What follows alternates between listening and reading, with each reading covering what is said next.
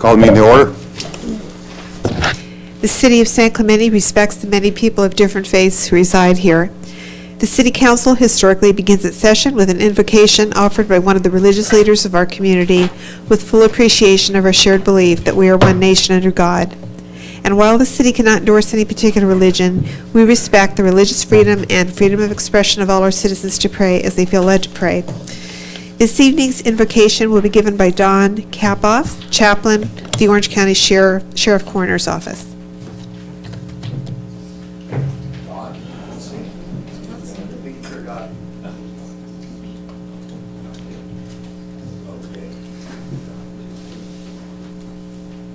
Jim, would you like to?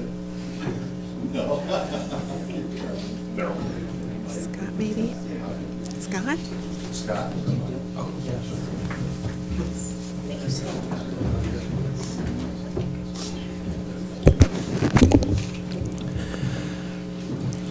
Our kind Father in heaven, dear Father in heaven, at the beginning of this public meeting tonight, we desire to pause to thank Thee for the peace that we have in our land, for the beautiful environment and surroundings that we have, for the community of love and fellowship and friendship that we enjoy here. We're grateful for volunteers who give their time to lead and to support this city. We're thankful for their commitment to leadership and to enlightenment and to creating a good social and welfare environment for the youth of this community and for our children. We pray for a spirit of wisdom and peace here tonight, that will rest on those deliberating and making these decisions, that the things that will be right for our community, that will keep it safe and that will keep it healthy and whole, will be supported by the decisions and the commitments made here tonight. We ask for Thy love to be with the youth and other members of our community, that they will continue to grow and develop and be able to be a successor generation that makes things better around them. We ask these things humbly. In the name of Thy Son, Jesus Christ, amen. Please remain standing. Press the flag, hand over heart. I pledge allegiance to the flag of the United States of America and to the republic for which it stands, one nation, under God, indivisible, with liberty and justice for all.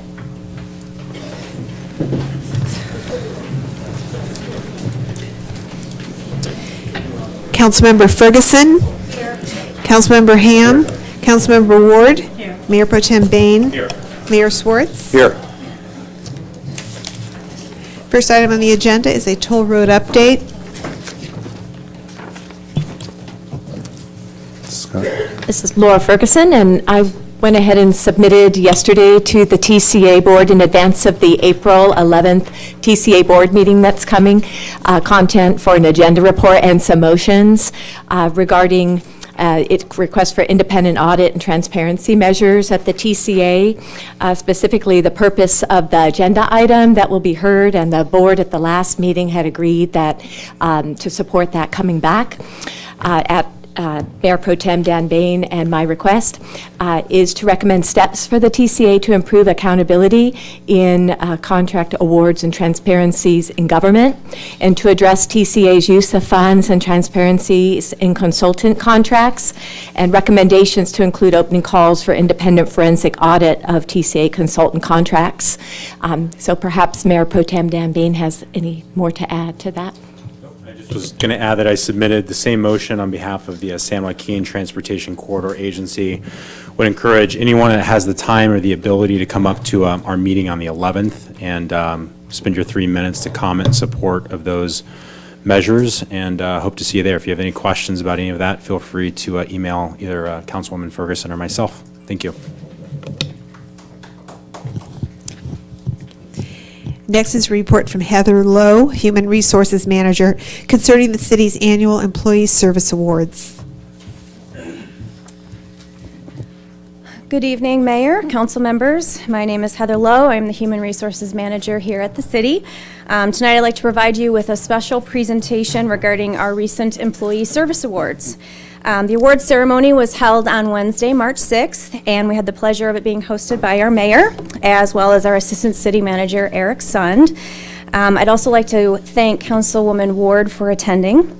Our guest speaker was Justin Shea, a local business owner of the Hawaiian barbecue restaurant Hapa J's. And during this event, we recognized our city employees in many categories, including milestone service awards for 5, 10, 15, 25, and 30 years of service, the annual wellness award, the core values award, and the employee of the year award. So tonight, we would actually like to recognize our core value awards winners and our employee of the year, and I'll start with the core values award winners. So we recognize employees that have gone above and beyond relative to our core values: service with integrity, service with respect, and service with excellence. And first, I'd like to invite Miley Stivers up here to join me. She is a Recreation Administrative Assistant.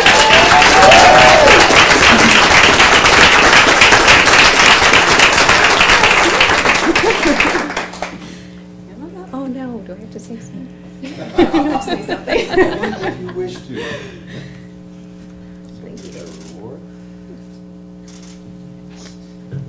Would you like to say something? No.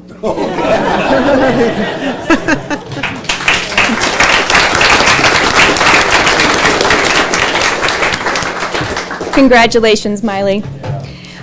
This year, we were actually fortunate to have a tie, so I would also like to welcome Johnny Torres up to join me, our Facilities Maintenance Specialist.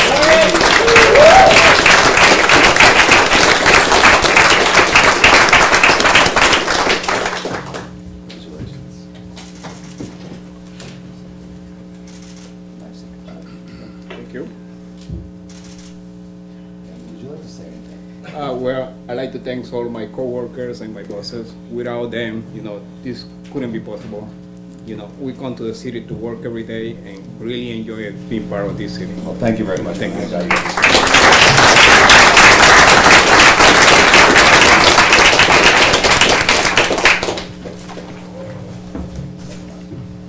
And next up, we recognized our Employee of the Year, Brian Fields, our Maintenance Operations Supervisor. Come on up.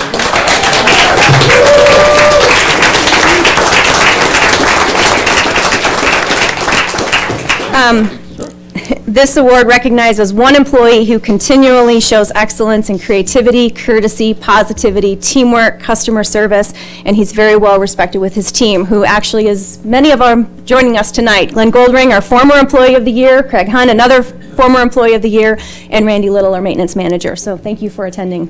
Good job.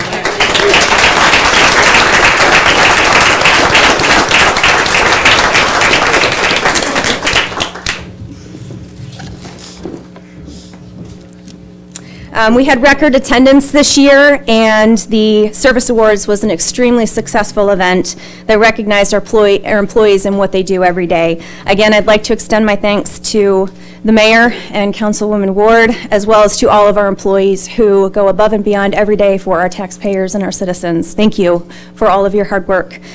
Did anyone have any questions? Thank you very much. Thank you.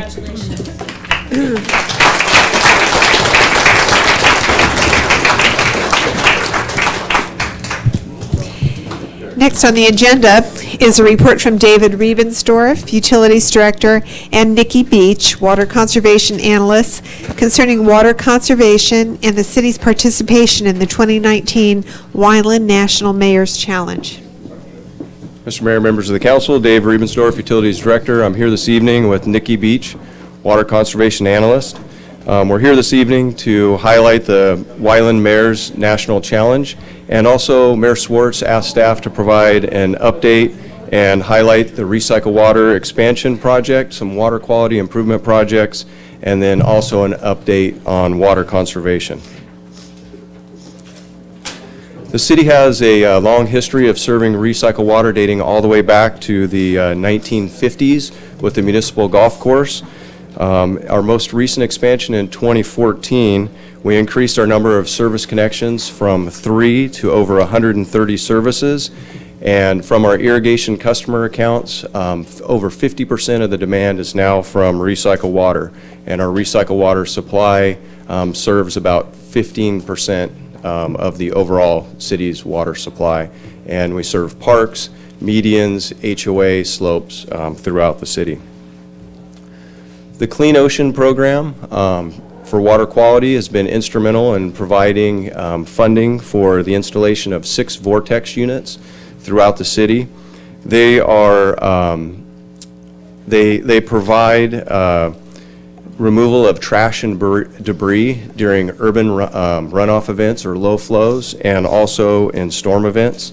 They remove about 93 cubic yards of debris that would have previously reached the ocean or the city beaches. Another project to highlight is Marblehead Coastal Development.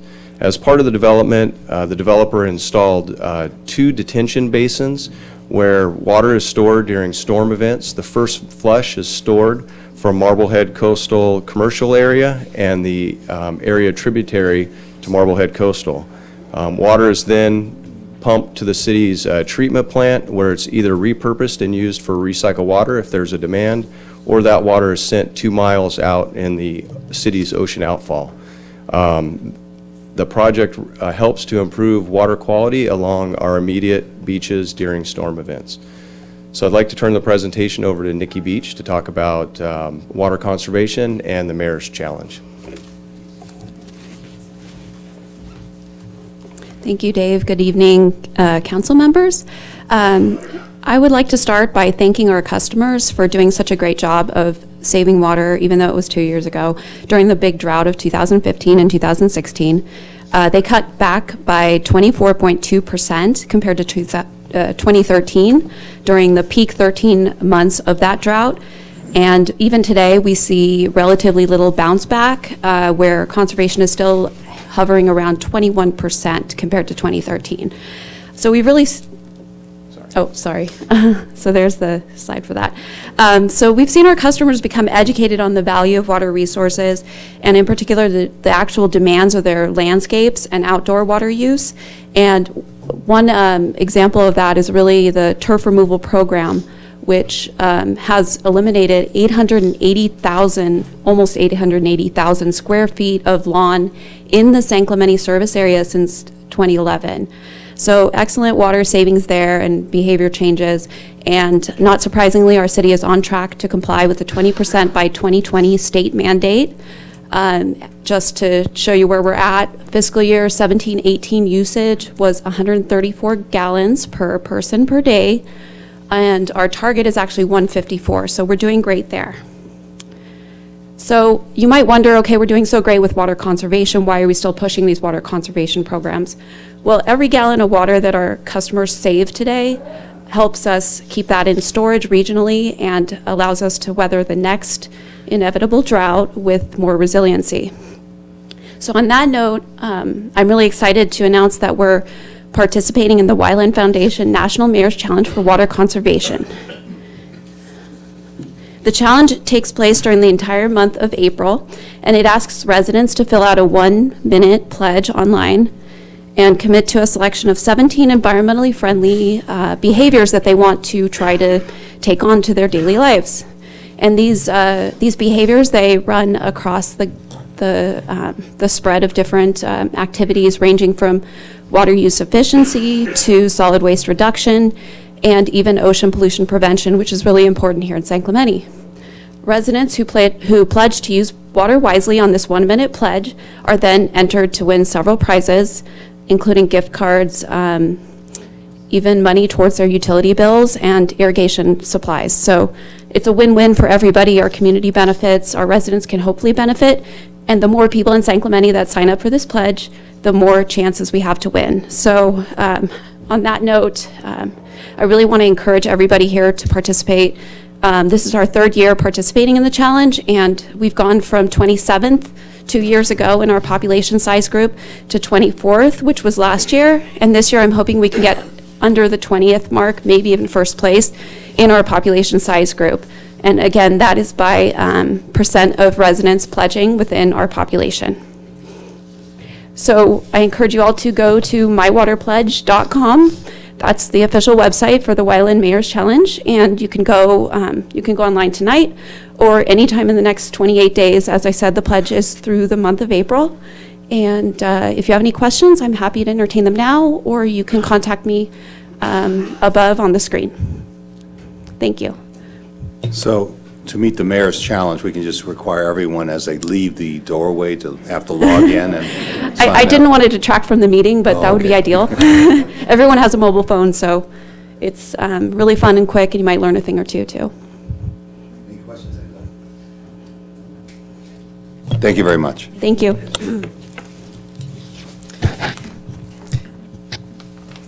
Members of the audience who wish to address council on matters that are within the jurisdiction of the City of San Clemente, but not separately listed on the agenda, may do so during the oral communications portion of the meeting. A total time limitation of 30 minutes is allocated for oral communications part 1, with each speaker being allotted 3 minutes in which to give his or her presentation. I do have cards. And I do want to remind everybody that the intent is to, for everyone to fit into Communications 1. If we can't get everybody in the 30 minutes allotted, they can then come back in or at the end under Communications 2. But it is not a proper procedure to have card put in by the same person for both communication times. Understand, if you talk the first half, you can't get up and talk in the second half. All right, thank you.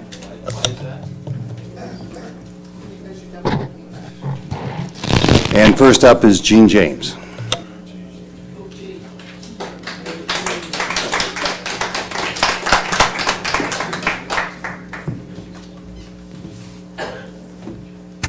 Evening, council members, Mayor Schwartz. My name is Gene James, and I have an item that is of grave importance. Allow me to read a few passages from an email address that starts with the letters KAT. This email was composed at 12:53 a.m. on March 21st. A couple things that was said in this email that was sent to the John and Ken show. I'm a city council member, and we actually work on the homeless issue. The Orange County Sheriff's deputies have stopped and refused to uphold our ordinances. And then, here's the coup de grace here. It wasn't until the sheriffs wussed out that our program stopped working. Wussed out. I'm a little confused on what that word is, so I did a little research. First, I'd like to say we're at a critical juncture in this city. We need to be one team. Finger pointing is not going to get us anywhere. Council members using private email accounts to communicate with radio talk show hosts is nothing short of repugnant. And it falls pathetically short of leadership. Using sophomoric words such as wussy is just not done in describing our brave and dedicated men and women of the Orange County Sheriff's deputies who serves at our police services in this great city. Blaming our deputies for inadequate measures and actions of the previous council is grotesquely beneath contempt. I could not find the word wussy in any of the traditional dictionaries. I did find it in the Urban Dictionary and found it to be a linguistic reduplication of a slang and vulgar word to describe the female anatomy. Miss Ward, you owe the men and women of the Orange County Sheriff's Department an apology. It's called courage, class, ethics, and leadership. Publicly apologize, Miss Ward. Council members, I ask that absent a public apology from Miss Ward to our chief, to our deputies, and even to the Sheriff Barnes, I ask that you draft a statement of support to our deputies and let them know that the four of you have their six. Apologize, Miss Ward.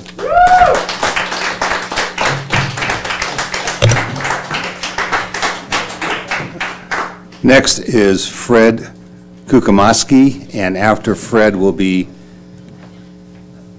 it looks like Jim, oh, is that Jim Dahl? Wow, I thought he'd know how to write by now. Copy of each for the council. Good evening, council. and Mayor. My name is Fred Kuczmarski. I'm here with my brother Steve. We're residents in 63, and we actually have our name on the plaque on the pier. This is concerning the Rancho San Clemente Business Park. My purpose here is to ask that personal vehicles, including recreational vehicles and trailers, can be stored behind a business when the vehicles are owned by the building and business owner and are registered and insured. Our 2 RVs and 1 trailer are parked so that they cannot be seen from the street. We are asking for rezoning or to change the rules or to be granted a permit. Storage of RVs, boats, and trailers is allowed in residents all over town, and we do have 2 industrial zones where RVs are now allowed to park with permits. Our particular place is zoned as light industrial, but it is considered the business park. In the CCNRs, it states nowhere that you cannot park your recreational vehicles behind your business. I've included many pictures. I just drove around. There's probably 40 to 60 more that I found where everybody, it's just a basic use. Everyone puts their RV or personal vehicles, they store them behind their business. You can't even see ours from the street. This started with us because my nephew came in from Wisconsin and he actually lived behind the building for 3 months, and there was a complaint. But in the meantime, his vehicle was called out. It's been moved, and it's been long gone, and this has been going on for months. There's no walk-through traffic through there. We're not, we don't ask for anything unreasonable. There is a storage yard there, and it's so full that there's actually a few RVs that are parked in the street pretty much permanently. Again, we only ask that the vehicles can be stored. We don't want to start a rental business. All we ask is that our personal vehicles, that the owner of the buildings or the owner of the business can be stored back there. It's not just storage, we use them and we move them in and out. We keep everything clean. They're insured and registered. We ask for the same rights that homeowners have in town. And I've given you some lists there, and I please, just that you consider that. Basically, right now, we might have to, I don't know if it's the zoning that needs to be changed or if it's just a special permit or something, but again, there's no RV parking around, and we're not, everybody's using it, and if we have to move, you can imagine that we probably wouldn't be too happy that everyone else gets to stay there and we have to move. So thank you very much. Jim Dahl, and Jim would be followed by Louise Herbert. Good evening, Council. Great to be here again. My wife told me to sit home and watch this on TV, but I thought I'd decide to come up anyway. It's come to my attention today that the Watershed Task Force is going to host 200 Marines tomorrow in a beach cleanup program at the pier from Trafalgar all the way to North Beach. Apparently there was a problem with the permit or something because they were trying to negotiate with the state parks, and apparently the state parks didn't want them to do it on their property. And Watershed Task Force is going to provide a lunch for the Marines. They're going to barbecue hamburgers and hot dogs for 200 Marines, but apparently they were denied the permit to be able to put their mobile barbecue down by the pier to feed the Marines. So I would hope, as a grandfather of 2 Marines, the council would find a way with the city manager to allow them to feed the 200 Marines tomorrow at the pier. Also, I know you really can't answer this. CM will take care of it. Also, I'd wish that maybe that 9E would be moved up the agenda tonight because we have a lot of folks. And another thing, I'd sure like to thank our Chief of Police Services and all our deputies for the great work they're doing in the community. We have a lot of petty crime going on. We've got a lot of homeless issues, fights at North Beach. I know quite a few people that I've talked to are really disappointed the fact that they're trying to take their families to North Beach and they're harassed by the homeless. There are continuous fights. There's dope dealing down there. I know that they have a problem with, the deputies have a problem with the amount of drugs that are being sold down there. They can only ticket, they can't hook them up and take them to the Gray Bar Hotel. So I just hope that the city council gets more proactive and the community gets more together. We're getting more and more homeless every day. You find them on the corner at Valencia, you find them on the corner down at Esplanade, you find them all over the place. They're in the state park, they're living in the canyons, they're across the street from McDonald's, they're up in Forester Ranch in the canyons, they're up in Talega in the canyon. So we're going to have a terrible fire year this year because of all the flashy fuels that have grown because of the long prolonged rainy season. And we'll probably have some more, so we'll have secondary growth. So it's really important that we really get on this. So thank you. Thank you, Jim. And James, would you look into that regarding the, so they can set up somewhere down there? We'll get it taken care of. Thank you. And now it's Louise Herbert, followed by Everybody could take one. Daryl McFarrow. Hello, I'm Louise Herbert, a resident of nearly 36 years to San Clemente, and I thank you for allowing me to address City Council. As we've heard from previous speakers, the homeless issue is rampant here, and there's quite a few different views of how to address this issue. At this point, I did attend last night a seminar that was hosted and a great educational program by the United Way, Friendship Shelter, and the other one also in your packet there of United to End Homelessness. We are in a position where we are being sued, or in a lawsuit, as you well know. And with each one of these different cities that have tried to avoid the situation and provide housing, they have all lost. We are now down to Irvine, San Clemente, Dana Point, and San Juan. Instead of continuing on a problem issue, why don't we seek to find solutions?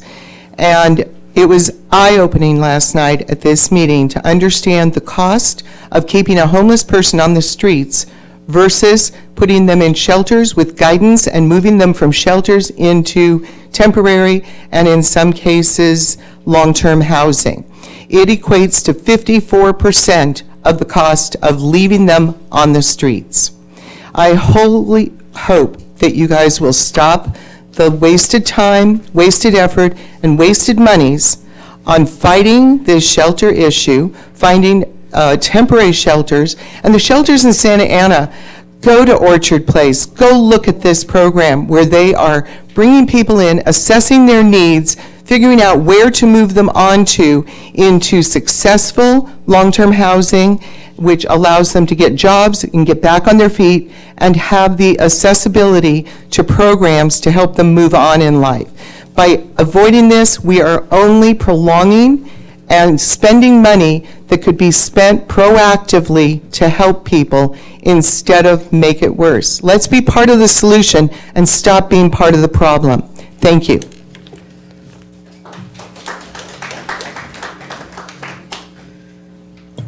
Next is Daryl McFan, and then followed by Jim Cook. Hello, Mr. Mayor and Council. I'm here today to just echo what so many people are talking about. I've been a resident here in San Clemente for 45 years.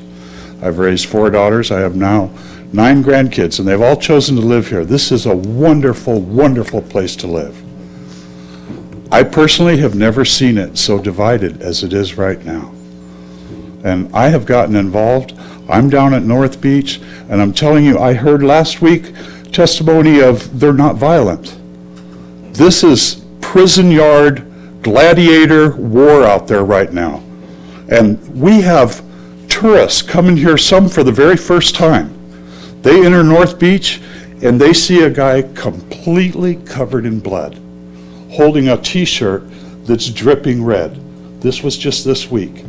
I don't need to put any of that up. It's very graphic.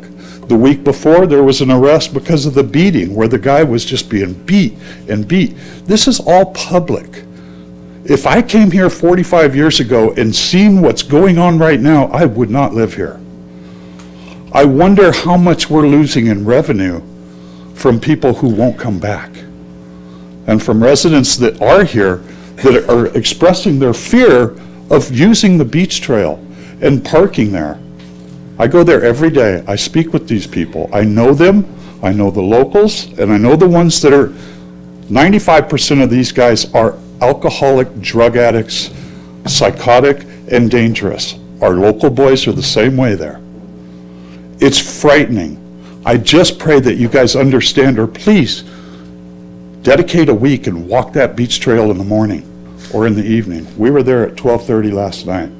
I spoke with the guy who was completely covered in blood. I'm involved. I mean, I want to know their story as much as what I see. But I'm an advocate of the videos and the cameras that are going on, actually allowing people to see. They don't lie. Some people can come up and say they're very, very passive. Untrue. It's dangerous, and somebody's going to get injured seriously or killed in this gladiator battle that's going on. It's not acceptable for this town. I see them on yellow. I just want to say thank you to the Orange County Sheriffs. You guys have done an increased presence there. It's wonderful. Thank you. And I know you guys are aware, and I understand that when we actually have a place for them to refuse to go to, we can ask them to move on. I'm just saying, in the meantime, please up the presence of security somehow.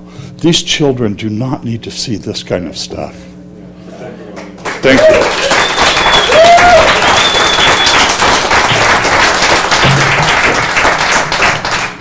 Jim Cook and then Alan Throckmorton.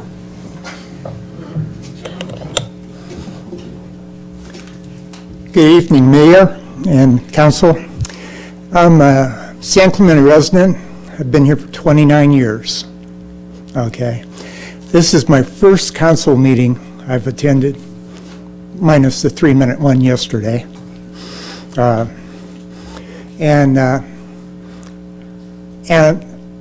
I'm guilty, okay, of not participating, okay, in the process. And I never felt that I had to, okay, because I've lived here, okay, all these years, and I've lived in this slice of paradise, okay. I'm originally from Chicago, and things back in Chicago are not San Clemente, all right, but I've been communicating with Dan, okay, via Facebook, and he shares. We both share a lot of common feelings about what's going on, okay, in North Beach with the homeless, what some of the issues are behind it and stuff, okay. And I'd like to get behind you guys and help you, okay. I know this is a big task at hand that you have, okay. But honestly, I'm a little surprised, okay, that we're not prepared, okay, to handle some of it. It's not like we didn't know it wasn't coming, because it's all over the nation, actually, okay. So it was only a matter of time until it got here.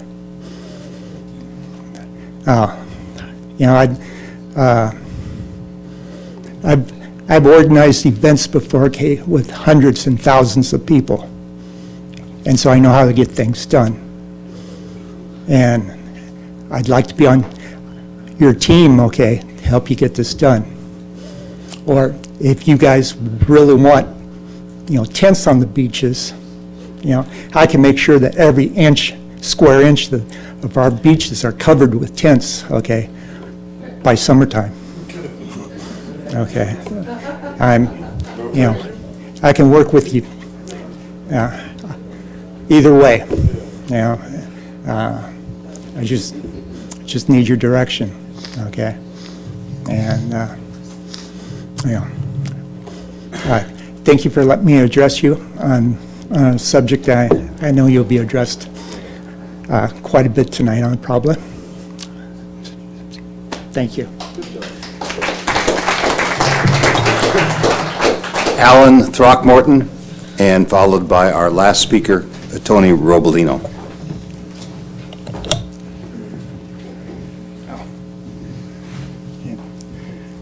ready? Yeah. Thank you, City Council and Mayor, for this here. I don't typically do this, but I've been a resident in town since 1982 and a homeowner up in Rancho San Clemente since 2015, almost 4 years. And I was one that sent a passionate email a week and a half ago to the John and Ken radio show. And my first place I lived in town was in North Beach in 1982, and I've seen the changes, but I've seen change so fast, you know, and saw the tents going up on our new lawn in front of the swim club. I mean, I listen to more music than talk radio, but anyhow, I sent a passionate email and they read it and responded, and I responded in kind because I adore and I love our town like everyone else here. And a friend of mine that visited out here many years ago said, when I took her to Big Bear and to San Clemente, stayed in San Clemente, she said, you know, this is a Norman Rockwell town, right? Took her up to Big Bear. This is the second Norman Rockwell town, right? But anyway, our town, it's just, I take people on walking tours to see the Ole Hanson homes and everything, and just absolutely blessed, right? So to see what's going on. My boss is the CEO of our company at Tate & Associates in Santa Ana. He just turned out as the mayor of Anaheim, Tom Tate, and they dealt with the homeless issue in the Santa Ana riverbed, and got to see that just explode in 6 months. And we're seeing it, you know, I mean, we're seeing it. And, you know, Jim brought up about the homeless, you know, people are showing drone footage out in the hills, and you see all our wonderful wildflowers now. But we're going to be in trouble if we don't clean that up. I think some of you might have heard that I have a twin brother in town that's homeless. He also has a drug problem, and he spends his time south end of town, like San Onofre, what have you. But he was staying like a mile, you know, from my place and my wife's place in Rancho San Clemente, and up in the hills. You know, he's always stays out of sight, but you know they use some form of fire, and we have to. I mean, we have to address that. Not just North Beach, but it's so evident with the kids and with our fabulous beach trail. And you know, Joe that was all bloodied. He was the one that got beat, clubbed too. We knew him in 1982 down at Alameda at the pier, right? So, I mean, he's been around forever. He used to work masonry out of Capo Beach for a general contractor I worked for. So, you know, but we're getting people like my brother has said when I've spoke to him that, you know, they bus them in and they, you know, they found, why wouldn't you come to a beach area? So, anyhow, thank you very much.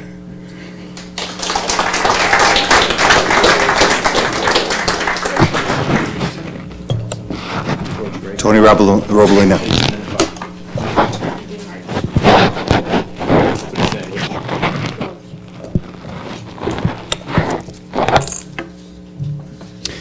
Good evening, Council. There has been an individual in the city who has made some presentations over the past couple of months, and they don't even really pertain to policy. It seems like they're more just to take jabs at other activists in the area. And so I was curious if I was on that list as well, if I was going to be have something mentioned about me. So I submitted Public Records Act request number 81 dated February 12th, 2019, and in it I stated, any and all documents, emails, communication, etc. regarding Anthony Rubolino attending City Council in March 2018 with the machete originating between December 4th, 2018 through February 11th, 2019 between the following individuals: James Maxinoff, Eric Sun, Steve Swartz, Dan Bain, Laura Ferguson, Chris Ham, Kathy Ward, and Bob Baker. And the response came back and it said, please find a link to a batch of responsive and non-exempt documents with this letter. What I got were a bunch of emails between another resident and Eric Hines over the Gloria Dugan incident. And it just seemed to be kind of a swing and a miss, and it wasn't really what I was looking for. So, and that was it. Usually sometimes when I get batches, they come in sets, and a couple weeks later I get another set as more things are discovered. But this was it. It was a one and done. So what I did was I submitted a public records request through the Orange County Sheriff's Department as well, with the same description that I was looking for. And surprise, I got one. And on December 20th, Bob Baker wrote some of the sheriffs as well as council. Good evening. Was the man who brought a machete to the San Clemente City Council meeting on March 6, 2018, arrested or cited for carrying a weapon in a government building? Signed, Bob Baker in San Clemente. And he got a response from, at the time, Chief Peters. No, he was warned not to do it again. So I'm confused. Why did the city's PRA response not have what the sheriff's department had? To me, it seems like perhaps some records were withheld illegally. And I'm glad that there's a full room here because that's what Councilmember Ferguson campaigned on, which was transparency and full accountability of the city and everybody here to the citizens, because we are the city and we are the ones who are supposed to be served here. And now I've got an email that didn't come from the city, but it came from the sheriff's department. So I think what you're witnessing here is possible CPRA violation, which is a huge deal. And I have consulted an attorney to see the merits of this matter. I don't need to pursue it, but what I would like is a full investigation into what happened in this situation. Thank you, Council.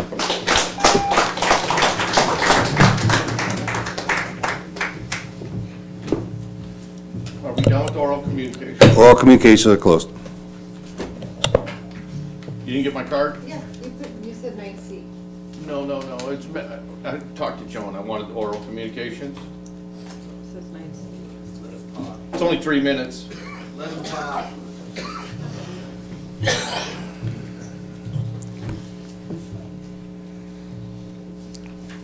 Okay, so I strongly suggest that you don't put down comments regarding 9C no on the top of a card when you want to talk in oral communications. In reality, it was regards to everybody's time, but you're right, sir. You're very correct there. Go ahead.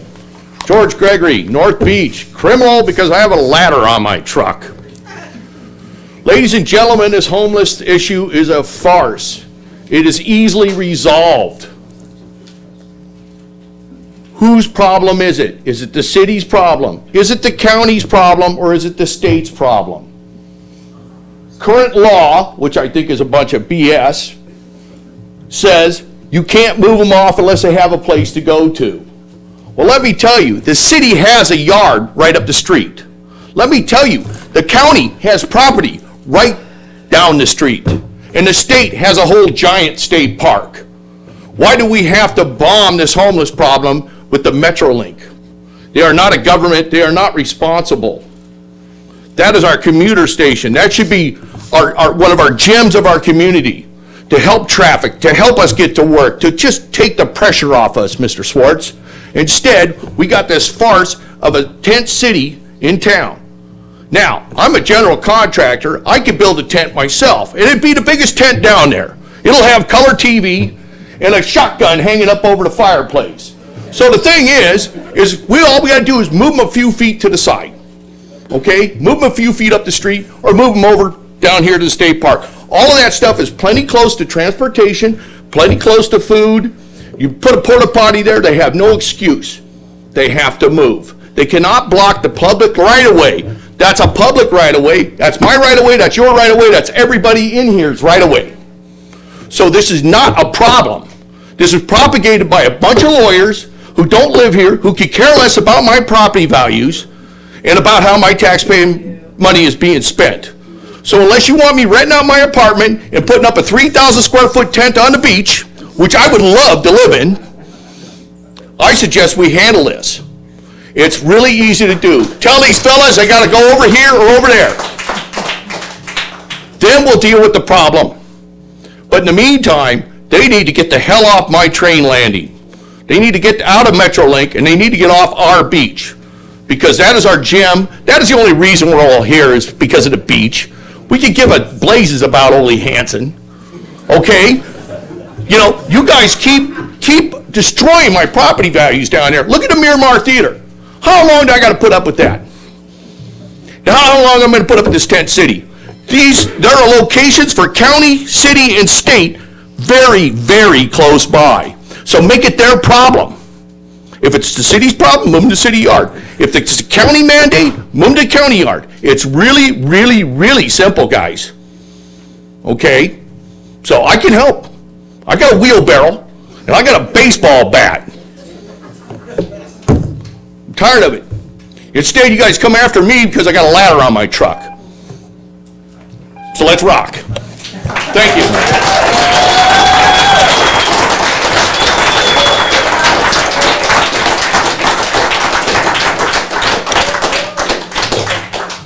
Again, closed. Okay. Okay. Could we have a motion to waive reading in full of all resolutions and ordinances? Moved, second. All in favor? What? It's motion by Ham, second by Bain. Before we move on to the next item, I'm going to ask that we honor Mr. Dahl's request and we move up item 9E to just after consent.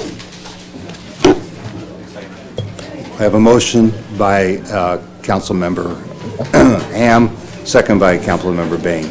All in favor? Aye. Okay.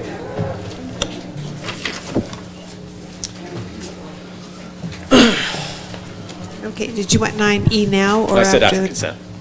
After? After consent. Okay.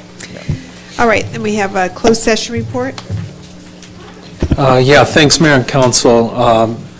At the last City Council meeting and at tonight's meeting, we listed for a closed session a case that's been filed against the city but not served, and it's the Orange County Catholic Worker versus Orange County case. The allegations are in the case that the city has committed violations of the Constitution with regard to homeless individuals located in the city. As we mentioned last time, the council gave us direction to immediately prepare to respond to that defense, respond to that lawsuit if and when it's filed, and to have steps in place to be able to enforce every element of the city's municipal code, including the violation of camping or sleeping in public. So I want to report on those activities and disclose the direction given by the council in connection with that litigation tonight. Since that meeting, the city attorneys and the city manager's office have been in daily communication to discuss implementation of that direction. There was a large all-hands meeting at City Hall last week, attended by Mayor Schwartz, Mayor Pro Tem Bain, representatives of my office, the city staff, various members of the Sheriff's Department, including our lieutenant and the captain in charge of regional services, representatives of Supervisor Bartlett's office, and several members of the city attorney's office. Should mention, I guess coincidentally, that many members in attendance there have the blessing of living in our city, and they pointed that out and shared the concerns that you have individually and privately. We discussed in that meeting the potential threat of litigation and also the steps to be able to implement and enforce the city's municipal code, and came to a shared agreement, a perfectly shared understanding of what it's going to take to be able to do that. To that end, the council has given us direction to bring back specific steps to implement the steps necessary to be able to make arrests for violations of every element of the city's municipal code. First and foremost, an allocation of funding for the operation of at least a temporary shelter with a proposal to seek a long-term regional solution to a shelter. The council asked that we bring back a contract with an operator, a nonprofit, to operate that shelter, and also to bring forward the designation of a shelter site that's consistent with the city's SB2 ordinance. That's the homeless overlay ordinance that authorizes homeless shelters as of right in a particular area of the city. So those will be brought back in sequence to the council. I guess the most important bring back will be a letter to the sheriff requesting and demanding that the city that the code enforcement begin as soon as those steps are implemented, and that demand letter will be brought to the council, I think, at your next meeting when those sub-elements are in place. I did want to mention also that the city has entered into a joint defense arrangement with several South Orange County cities, the city of San Juan Capistrano, Aliso Viejo, Lake Forest, Rancho Santa Margarita, and Laguna Hills. And we will be coordinating the defense of this litigation and the city's implementation of the steps that I mentioned previously in connection with the city councils and staffs of those cities. So we'll have that force to bring to bear on this as we go forward. Yeah. And just to confirm, Scott, you say consistent with the SB2 zone, you mean in the zone? Right? That's what I meant, yes. And then, because I know we're going to get a question about this, all the steps that you've mentioned, once we're ready to implement those will come before the city council again, or no? Yeah, some of them are ministerial, but others aren't. And so we'll bring those to the council. The one to appropriate in budget obviously will need to be approved by the council. The contract with the nonprofit would be also. Yeah, and I want to just add to that we believe that the transient problems that we have are regional, that they need a regional solution, but that to bridge that, we are going to create the temporary shelter in the current SB2 zone that we have made movement towards. We're very close to bringing it together. We don't have it nailed down to contracts, so therefore we can't bring it out in advance of that. But that's our direction that we are going. Thanks. And then if and when the city served, which we understand will be imminent, of course, we're authorized to defend that aggressively in the joint defense compact that I mentioned earlier. Yeah, and in that meeting on last week, we were adamantly confirmed that once we have a bed location to put transients in here in our town, that we will have optimum support from the county and the sheriff's department to enforce our camping rules, all the other rules that we have will then be completely enforced, and we'll be able to respond as needed to the problems we have once that's up and running, and we're getting close to that.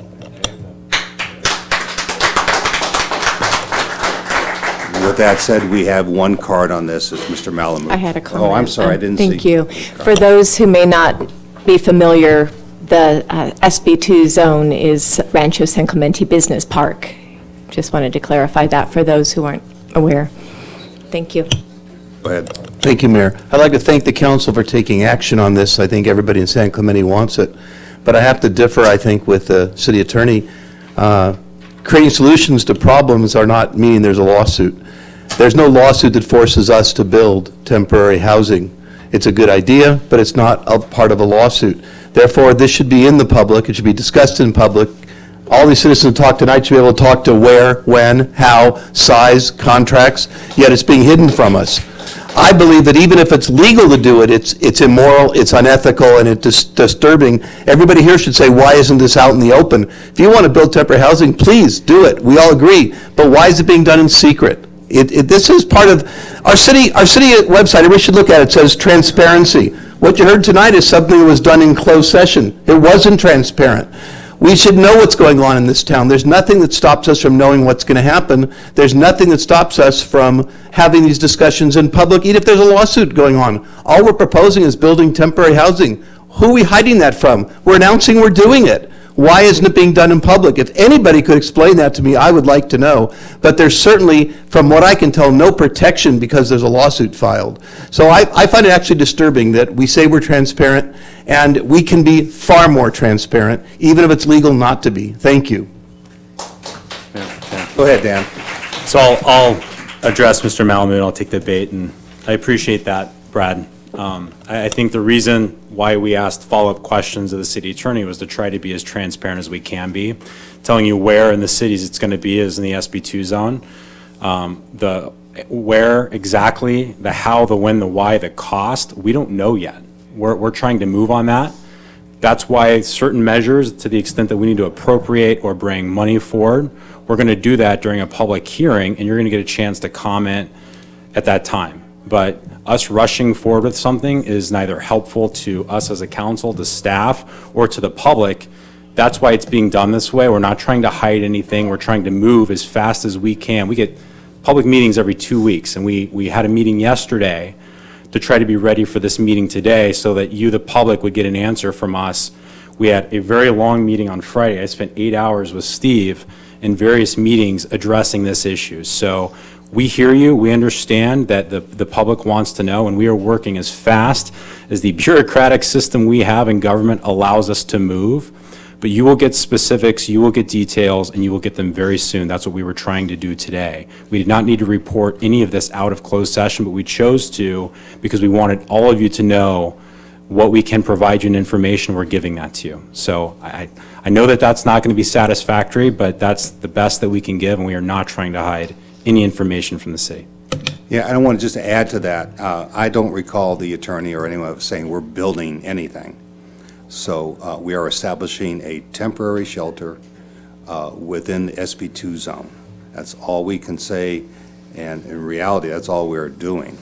So we're not building shelters, we're not building homes, we're not doing any of that. We don't need a contractor.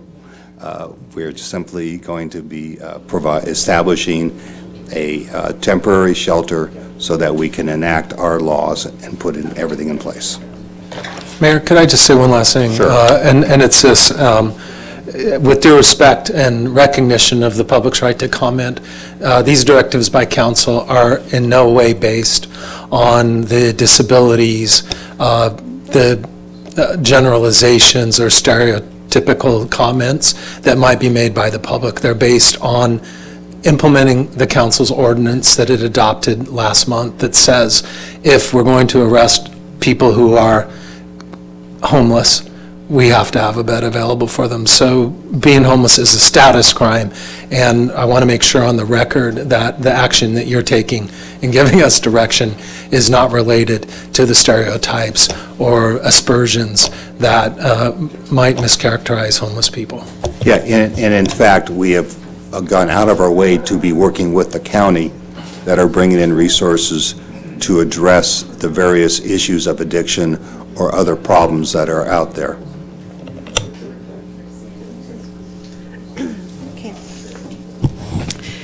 All items listed on the consent calendar are considered to be routine and will be enacted by one motion without discussion unless council staff or the public request removal of an item for separate discussion and action.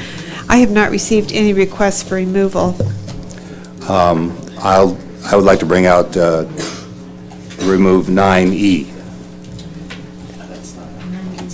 I'm sorry, I wrote that down after you. I meant, hold on. 6G.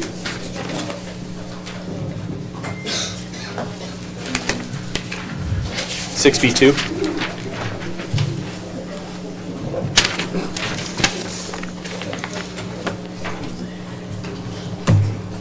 Anybody else? Okay. The balance. Okay, it's been moved by, yeah, I know, by Council Ward, and it's been seconded by Council Member Ham. All in favor? Aye. Motion carried. So the first one, 6B2, that I asked to be removed, I don't need to discuss it, I just wanted to pull it up. It was the building height requirements for development projects. This was an item that was brought forward by one of our planning commissioners, Mr. Wu, and it was excellent reading, and it was good clarification on what our building height standards are, what is included, what is not included, and I just wanted to commend staff as well as the planning commission on a fantastic job, and thanks for taking this up at direction of council, but obviously it came from planning commissioner Wu. So thank you very much. With that, I'll move the item. Moved, do I have a second? Second. It's moved by Ham, second by Ward. All in favor? Aye. Motion carried unanimous. On 6G,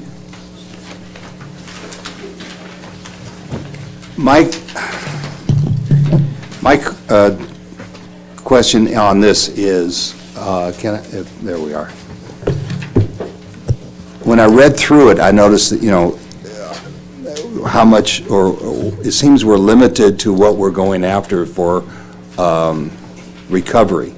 And I was wondering if we were going to be leaning the property not only for the expense to do it, but all the final costs, all the liens, all the penalties, everything else that's added on to it. Are we capturing that in a lien on the property? Yes, we are. Okay. I didn't see that anywhere in here, so I wanted to ask. Yes, it covers the administrative cost and the cost to clean up the properties. But also because we fine them for when they don't do it. No, we do not. We give them a warning that they need to clean their lot. If they don't, this gives us permission to go onto private property, clean it for them, charge them an administrative cost and the cost to clean the property. Okay, that works. I just want to comment and read something in the record. Previously discussed with Adam, in previous years, we've added the ECR lots as well to this lot cleanup, and then I also sent him an email in regards to the beachfront parcel between Camino San Clemente and the mobile homes as well to be included, and he's included those, so thank you. Okay. You're welcome. Good. With that, I'll go ahead and I'll move it. Second. It's been motion by me, second by Ham. All in favor? Aye. So carried. Okay, so now we're going to 9E, and that is Policy and Procedure 204-1, which is Partnership of Activities, Facility Rentals, and Special Events, and Policy and Procedure 204-5, which are guidelines for the acceptance of donations, sponsorships, and gifts.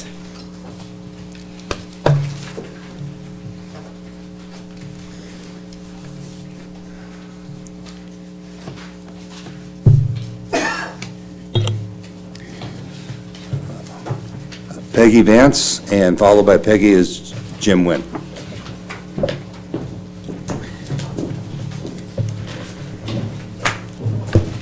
Good evening. Thank you, City Council, for allowing us to speak. The San Clemente Ocean Festival is a 501c4 nonprofit organization celebrating its 43rd year in July.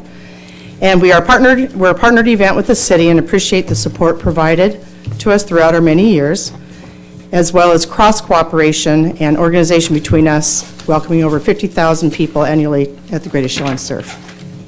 Our mission statement: the San Clemente Ocean Festival is a volunteer organization dedicated to the promotion and support of ocean safety, the environment, and the community by providing a quality athletic venue and enjoyable event. We have never wavered from our mission statement, regardless of any sponsors that we have accepted money from throughout the years. In 2017, when our partnership agreement was reviewed and approved by the city, we agreed to return $5,000 to one of our sponsors upon the request in good faith, as the city graciously covered the loss to us for that year. Last year, we had to find other resources to fill the gap. In 2017, we had also offered to participate on any committees formed or to assist City Council and our staff in reviewing ideas or future plans relating to modifications that might affect fundraising guidelines specific to partners, nonprofits, and special events moving forward. So as you can imagine, it was disappointing to find out in December that policies were created and approved without discussion with us beforehand. Enacting these policies greatly affects our ability to raise funds due to the fact that we have to avoid accepting money from any entity currently in litigation with the city, but not limited to those current entities, which means that it can have additional impact on us in the future, depending on who the city might be in litigation with, regardless of cause. In addition to the $5,000 loss in 2018, we now have an additional loss of $1,000 this year due to the new policies approved in December, for a total loss of $6,000. Our event already has strict policies and guidelines to follow when it comes to who we can approach and what the sponsors can and cannot do during the event due to its location, as well as we cannot accept alcohol or tobacco sponsors. So these new policies further impact our ability to raise money toward our annual $165,000 budget. We hope to continue to work in unison with the City Council and staff, both now and into the future, to help craft alternative thoughts and ideas around policy and procedure 204-5, most specific to item 6.2, possibly establish a specific date for the policy to take effect for all partnered groups and events, with an annual meeting and/or notice on an agreed-upon date to the partnering groups, identifying potential lawsuits or possibly come up with alternative ideas. And then I just want to put a plug in, if you don't mind. If anyone watching would like to be a sponsor for the Ocean Festival, we would welcome that. You can just visit our website at oceanfestival.org. But I do thank council and I thank staff for your support throughout the years and even this year. Thank you so much.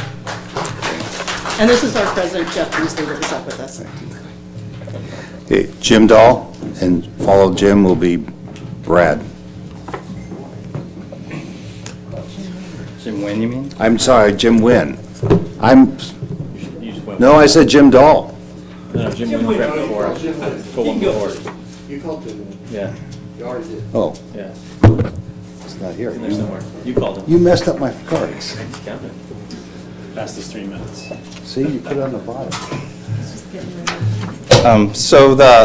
We're here on behalf of the Chamber of Commerce to ask for a stay of execution on this policy.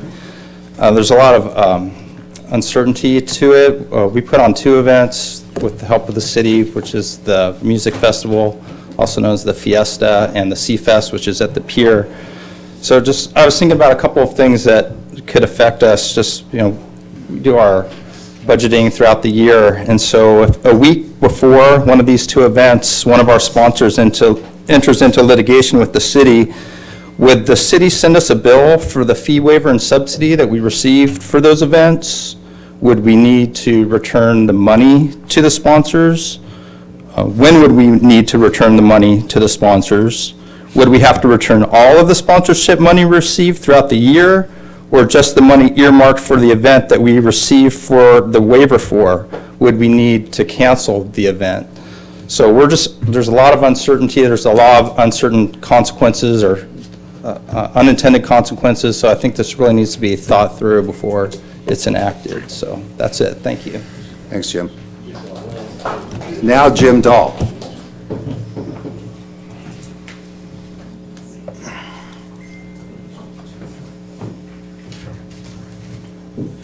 Hi again. I was reading this staff report, and it said in the staff report that there was only maybe 8 or 9 people that received subsidies, or not subsidies, but benefited by contributions from people that the city's in litigation with, whether it be the TCA or Memorial Care, or who knows. I mean, there's a list of litigants in the city right now that's probably a phone book long. So most nonprofits have no idea of what they can do and what they can't do. It said here you've only got about 7 items. Well, tell you what, if you look at the Fiesta with the Chamber of Commerce, there's a Kiwanis, there's a soccer, there's a Blind Children's, there's a Voices of Labor and Harvests, there's a Rotary Club, there's the Elks Lodge, there's Club Soccer, there's Drizzle, there's Pacific Coast Church, there's FAM, there's Make-A-Wish, there's End Malaria Now, last year, Girls Softball. There's a whole bunch of nonprofits. So to say that there's only 5 or 6 is just not appropriate. Another thing, as representing the San Clemente Exchange Club, that's been in San Clemente since 1964, we put on 2 big fundraisers every year. One is St. Patty's Day, which was just last week, and unfortunately, we weren't able to do it because we just couldn't make enough money to be able to contribute to the different charities that we contribute to in San Clemente. Likewise, with the Semper Fi golf tournament, we've had to move it after being 20 or so years at the San Clemente Municipal Golf Course to Talega, because Talega would give us a better deal than our own city golf course would make us a deal, so we can provide funds to our Boys and Girls Club, to Marine Family Services, to Heroes Without Partners, and all these different organizations that we give to every single year. So I think it's very unfortunate. Tell you what, if I was on the city council and this came up, I would have dumped it a long time ago. There's been a lot of consternation in this town. Look at what happened a couple of years ago with the Chamber of Commerce getting kicked out of their own building after 50 years. That's absolutely ridiculous, just because they were supporting candidates, and some of the city council persons at the time didn't like the candidates they were supporting. So this thing should be thrown out, hook, line, and sinker, and I think we should reevaluate this and go ahead and allow the organizations to take sponsorships or donations from anybody they want. you know, you have a freedom of freedom of speech in your permit. You need a freedom of speech place in whenever there's a charity event, but you don't have freedom of association, that we can't associate with who we want to. You're going to penalize us. You're going to penalize the nonprofits of San Clemente just because you're in litigation with somebody. Who's it going to be next? You're going to be litigating with SDG&E, Edison, SoCal Gas? Who's it going to be next? Thank you.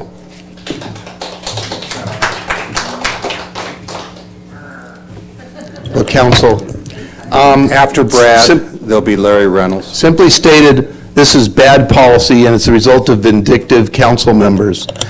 It needs to stop. I'd like you guys to explain this to a 10-year-old, that if they're in school and somebody doesn't do what they like, we're going to shun them, we're going to shut them out. That's not how we work in this country. We don't stop people. It's a pure First Amendment, a free association and free speech violation. There's a number of groups that are looking to litigate this. Do we really want to litigate this stupid policy? Really? We're going to spend more money litigating a policy that we don't need, is not necessary, and is illegal? I don't understand it, actually, and I think this council should overturn it tonight. The charities need it. Why would we stop it? And who's going to police this? So if we get out there and, say a day before an event, the city sues somebody who's a sponsor, does that mean the event gets shut down? Who's going to police this? Is it code enforcement? Is it Mayor Schwartz? Is it Dan Bain? Is it Chris Ham? Really? I mean, is this what we want to do, police what charities are getting what money from whom? When did that become the job of government? Does anybody realize you were elected to serve the people, not to serve vindictiveness? And, you know, that's the only thing I can figure. Maybe there was some other purpose, but what other purpose could there be? And are you going to start signaling out individuals? I mean, what happens, for example, if you were to sue Walmart tomorrow and they were a sponsor because they had illegal signs? That seems to be something you like suing people over. So they have illegal signs, so the day before the event, it's canceled. Is that what we're trying to accomplish in this town? I can't imagine this policy makes any sense to anybody on the dais, and if it does, I'd love for them to explain it to the charities that are here today. I don't have a charity, so I'm not personally involved, but simply stated, I think this is a bad policy that is illegal on its face. I would love to see if Mr. Bain has any constitutional experience, what he thinks, and Mr. Smith certainly has constitutional experience. I'd like to think what he thinks, if there's a First Amendment problem here. I think there's two of them. And if there isn't a First Amendment problem, why would we have this policy anyway? I think every council member tonight, if they're going to vote not to eliminate it, should at least tell us why they think this is a good policy. Thank you.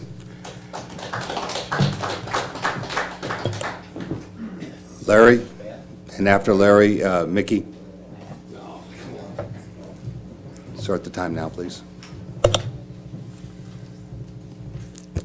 Hey, good evening, Mayor Schwartz and other members of the council.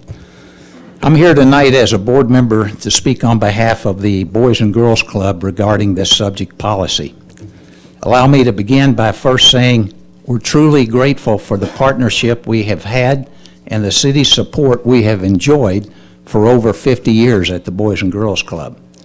This club is a huge asset to the community. We serve roughly 2,000 school-aged children each year, and we're proud of the fact that we're able to keep our fees low and affordable for all. Last year, we granted over $90,000 in scholarships to kids and families who struggle to meet even our minimum fee structure. We never turn a kid away. We promote academic success and healthy lifestyles, along with character and leadership development. We do this through a variety of programs and sports activities for all age groups. Our membership fees, however, account for less than 20% of the club's total funding requirements. Every dollar raised is vital to our operation, and like most nonprofits, we depend on the generosity of donors, along with a couple of annual fundraising events, to generate the biggest portion of our revenue requirement. Without direct financial support from all factions of the community, we could not exist. So this is where the rub of Policy 204 comes into play. One of our concerns with this recent regulation is how it may apply in the future. Businesses that are good charitable partners today might become city litigants in the future. Conceivably, a large benefactor could become involved in future litigation with the city. and we would be prohibited from accepting any further contribution from that entity. While I understand the city's motive behind this regulation, in reality, it's the community nonprofits and our community families who will in fact be punished. It's certainly not going to be TCA or Memorial Care. Their degree of community support will undoubtedly continue at the same level, but those funds will now go to other communities rather than San Clemente. Our loss will become their gains. While this policy most directly impacts community nonprofits, it will be our families and our citizens who use the nonprofit services and participate in the recreational events that are the most impacted. While I'm certain this was not the city's intent, sadly, it's what will occur. So in closing, I respectfully urge you to consider rescinding this policy, or at a minimum, to implement some degree of policy modification which will lessen its impact on our nonprofits. Thank you. Mickey? Following Mickey is Chuck Neri. Good evening, Mayor Schwartz, council, friends, neighbors, and fellow business owners. I'm Mickey Rathman, and I'm a board member on the Downtown Business Association Board. We, amongst lots of activities, two big events that the Downtown Business Association organizes for our community is the car show, as well as the Putting on the Glitz at Santa's Village by the Sea. Both beloved events within our community that draw, between 20 and 25,000 residents and visitors to our community, which helps generate precious sales tax revenue, which we all just love. It's our number 2 revenue source in the city of San Clemente. We are very grateful for our partnership with the city. We could not put on these events without public safety support from our RSVPs and from the Sheriff's Department, as well as support from the city with trash and all these sorts of things that go along with having such large events. So we are incredibly grateful. Other ways that these events get put on are by sponsorships. And we understand that the optics sometimes, that if the city is in litigation with an organization such as the TCA, and I know a lot of us sort of have been a little fearful of mentioning it, but that's sort of what kicked off this whole thing, was that the community was really upset that some local organizations were accepting money from an organization that may want to do harm to our community. And it's admirable that the city wants to help. But as public serving organizations, we're under the same scrutiny by our members. And so we look at those things too, and who we're accepting money from to help support these events. So I urge you to take great care in how you're structuring this new rule if you don't decide to just scrap the whole idea. That by putting these kinds of regulations and rules on our nonprofit organizations, you are greatly handicapping us and our abilities to serve our community. And that as we're looking forward to the new budget season, we're all aware that there's potential budget deficits, which means that organizations like ourselves who may have relied on city support, who knows what that will look like, and that we need to rely on sponsorships from organizations and individuals from within our community. So keep in mind that the volunteers and the people that work for these organizations dedicate thousands of hours, and go to heroic efforts to provide services, activities, and things for our community. And to please don't make it harder for us. We have the same goals as you do. So by working together and coming up with ways so it isn't so difficult, I think will allow all of us to achieve all of our goals for an incredible community with great support as well as incredible events. Thank you. Chuck, and then final speaker. You want to take a stab at that? Paul, somebody.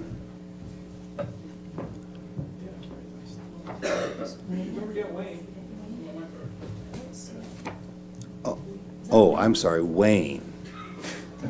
Oh, I saw. I was looking up there. So was I, yeah.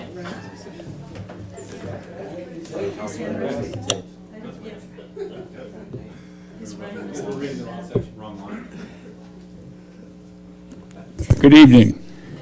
I probably can't add to what you've already heard tonight. You've heard a lot, and I can't talk that fast either. But anyway, I'm Chuck Neri, local CPA for many years. I'm the CFO of the Chamber of Commerce, and I'm also the Fiesta chairman. Seems like it's a job I can't get out of, although you may have found a way. We went through a series of meetings, phone calls, different emails back and forth on this issue, and we were thinking we would have a few more meetings because it never got resolved. The meetings some of them were pretty frisky, I must say. And I think that's where we are. There was no resolution, and if nothing, our first preference would be what people have already spoken to tonight, is to do away with the new policies that were enacted. The other possibility is that it definitely get postponed and that more work be done on it, that we actually get to some meetings. I don't know why they haven't happened so far, but that makes sense. And they could even include some of the folks that are so adamant against the TCA. I don't know why we maybe can't get them involved as well. Maybe we can work, that kind of, that's worked before, worked on the trail, that bring some of the folks that are so militant, let's say. So that's really, what we're, the other thing is that if something doesn't happen tonight on this, I would say our Fiesta is probably gone for this year. We got a lot of stuff to do. We got contracts to do. We got music to get. We're pretty much out of time now, and the way this policy reads now, we're definitely in violation. We received money in December at the same time this policy was enacted. So I think we're, based on the existing language, we probably are done, and we may have seen the last Fiesta, but hopefully you can pull something out, at least a postponement tonight. Preferably it goes away altogether. So, and there's a number of legal problems with it that's already been mentioned. With that, I'll shut up and let Wayne talk. What? Chuck? Can I just ask you a quick question? Did the chamber resolve their liquor issue with the Fiesta, where you have a sponsor for that? We don't have a sponsor, so that's another hit.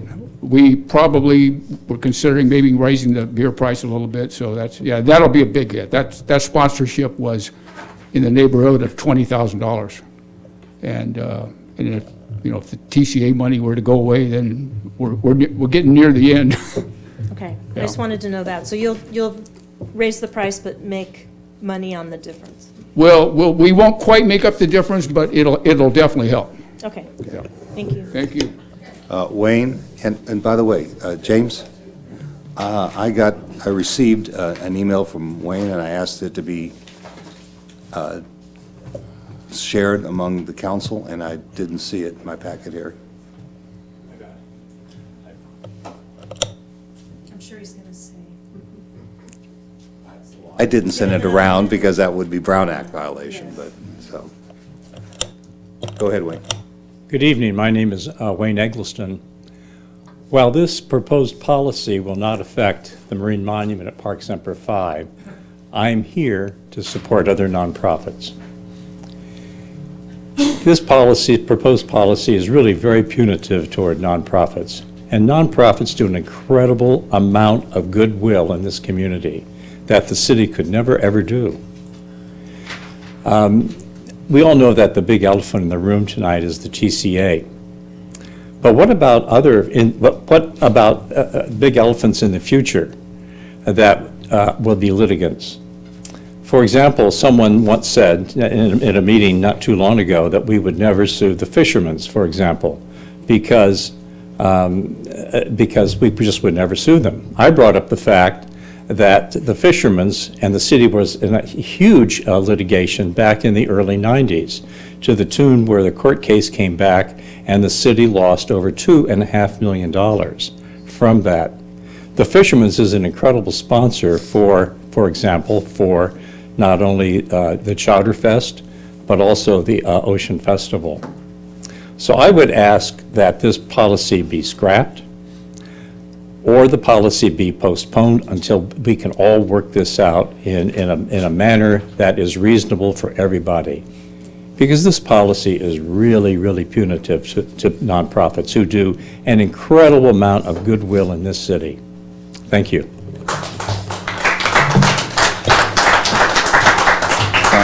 Before we start to discuss this, I want to,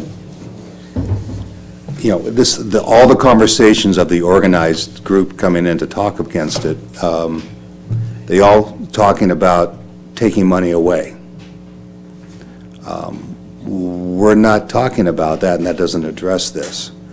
What we were faced with and what we were asked to do is address as to why the city is subsidizing events that are advertising, promoting entities that we are in the battle with and having spending a lot of money on. So this came out of that conversation, and it wasn't intended to be punitive at all. What we had indicated or thought was, well, if they're not shown as, if you're not putting them on a title sponsor, if you're not promoting them, we're not telling, but what I want to get into is, we're saying is, we're not going to write you a check to pay for certain facilities if you wish to go and collect money from whomever you want. What we're saying is, you can get money from anyone you want. If you want to go and get it from Cramen himself, or get it from TCA, or do whatever you want, and get the money from wherever you want, get it. However you want to bring your money in, you're welcome to do so. What we're talking about is the portion of what the city is paying for that event. And we had a house full of citizens in here upset because the city is paying $5,000 to $20,000 subsidizing an event, and we're then hundreds of thousands of dollars in the red from having to fight an entity which is being highly promoted by the same event that we're giving money to. So this came out of saying, well, we're not going to limit or reduce or in any way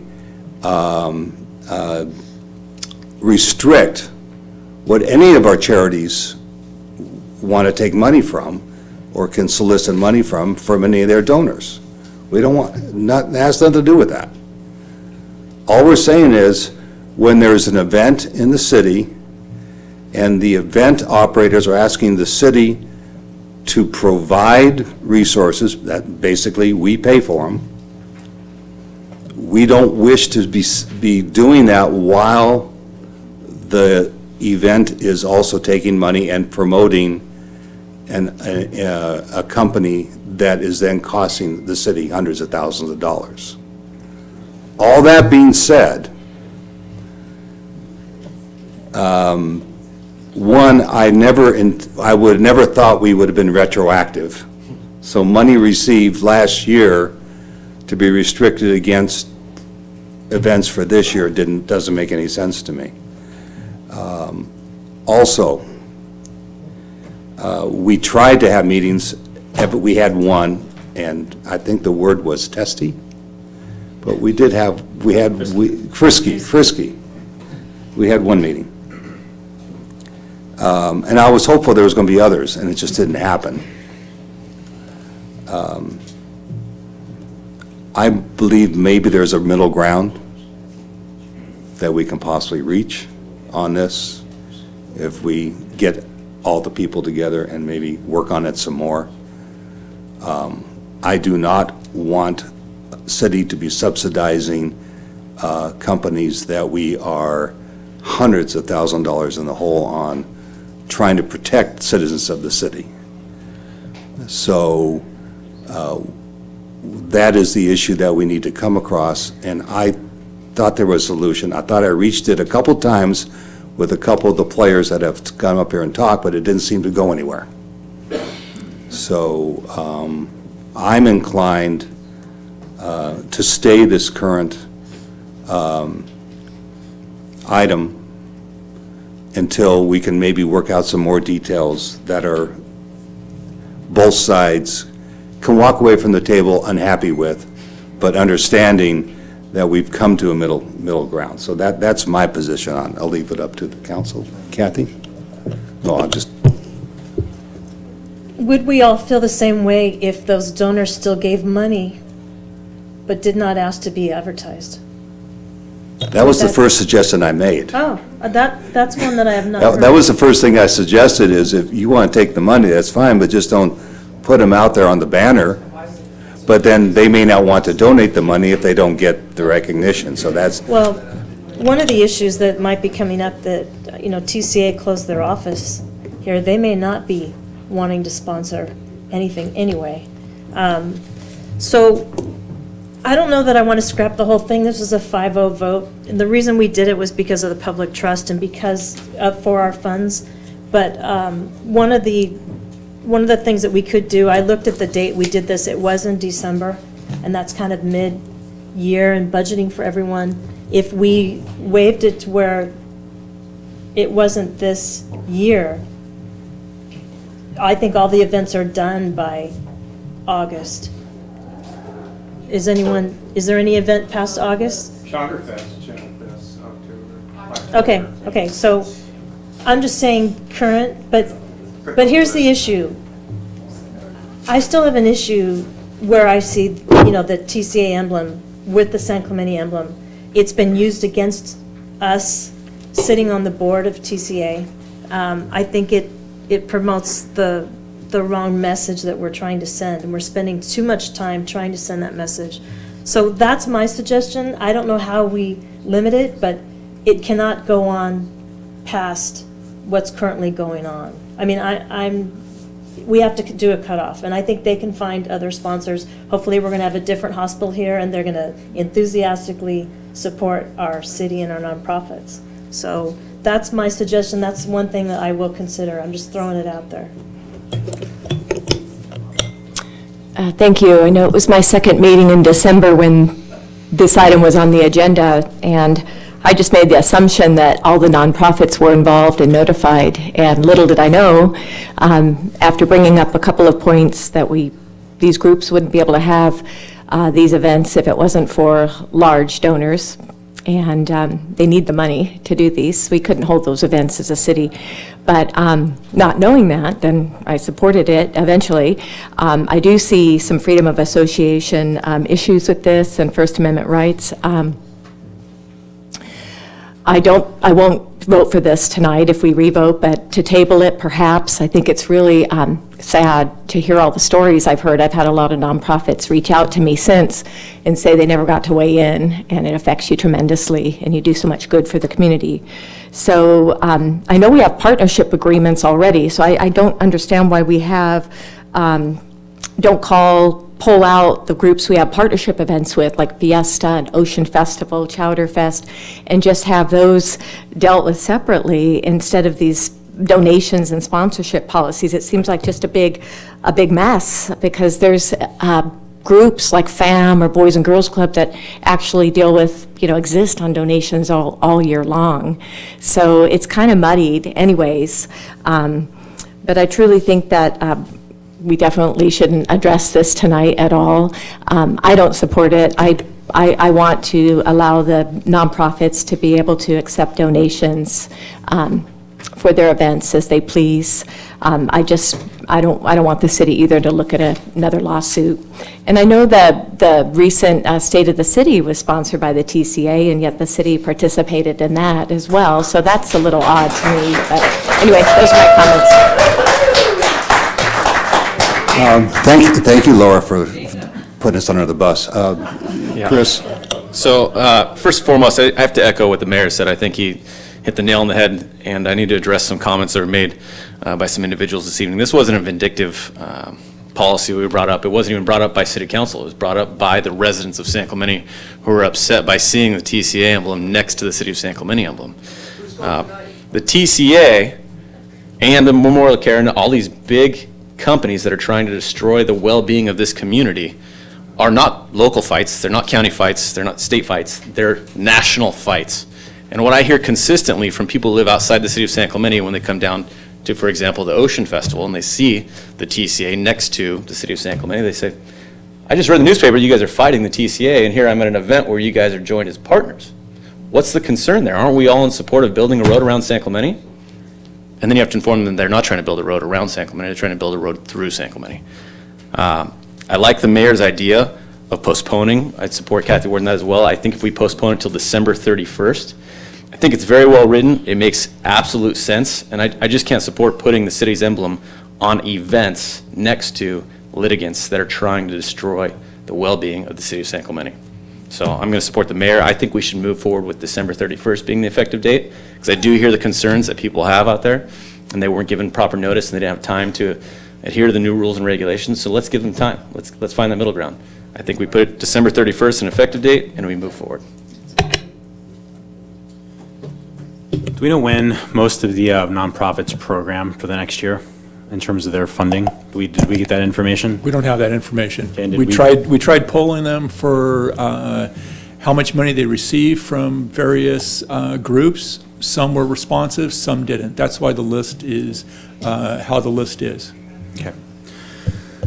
So this is a tough one for me. I've talked to most of the folks that spoke tonight, and I've also talked to a bunch of the folks who weren't here tonight that had spoken out before. I'm not sure if those folks didn't get the agenda, but this is a contentious issue on both sides. And the one thing that I keep coming back to is we on the council, on the dais, are supposed to be making policy not just for today, but looking out 10, 20, 30 years, looking at some of these policies. So I've had a hard time grappling with this. And I echo Mayor Swartz's comment that we did try to find a middle ground, and I hope we still find a middle ground. And I'm fully supportive of tabling this item and trying to work towards some sort of a middle ground. And the reason I'm struggling with this, I think, so much, and I've asked various people, what is the purpose of this policy? Anytime you're gonna have a policy, there should be a purpose. And if the purpose is we don't want to be associated with the TCA or memorial care, then I think there are creative ways that we can deal with that through advertising, sponsorships, limitations, and that, not just carte blanche saying absolutely under no circumstances will we ever participate. And, I will say to some of the nonprofits, being in the fight with the TCA and sort of knowing what that agency is, I would urge you not to accept the money. To find other ways. I will lead the charge on fundraising, but at the same time, I don't necessarily feel like it's my place on the dais to tell you you can't.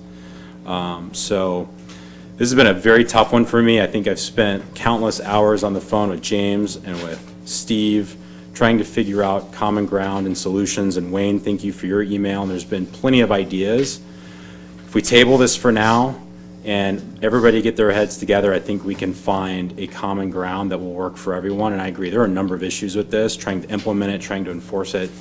It needs a lot of work, and that's kind of where I was going in December, is let's table this and try to work on some more specifics. But we need to make a policy that's long-term. The TCA hopefully is going to go away sooner rather than later. Memorial care, I hope we get a hospital back, but we need to actually drill down on this and find a policy that's going to work long-term. So I would support a motion to table this while we work for some sort of a middle ground, and hopefully we can find that. Go ahead. If there's no more comments, I was going to make a motion I think would... Well, before you make the motion. All right, I do have. And as having, in my almost 30 years of being in San Clemente and having run some charity events and helped organize some charity events and worked countless hours on them, I know how hard it is, and I know the difficulty it is. And I've had to go out there and with my hat in hand, looking for sponsors to come in and help. Hey, I got Ford Motor for 1 year. So, yeah, I understand that. I would, if anyone makes a motion, I would like us to make the motion to suspend this item at this time with the intent to bring it back after the event season is over for the groups. But in that time, I don't want us to sit still. I want us to to hammer out if we have to do a task force or a group to get together with the nonprofits and sit down with them, coming to the table, understanding that going back to the policy last year and nothing happening is not a choice, but that we do need to come to some middle ground. The word is middle ground. So if that being the case, then I definitely want to, to try to do that. Sorry, before you make your motion, I forgot two things. This, by the way, is not a vote of support for the TCA or Memorial Care. I know that that's going to instantly go on Facebook, and I want to make that very clear. I think we've made our position known. This is really more about what's fair, what's finding a middle ground, and hopefully working together. And I think we should invite the folks that have concerns about taking the sponsorship dollars to work out the solution as well.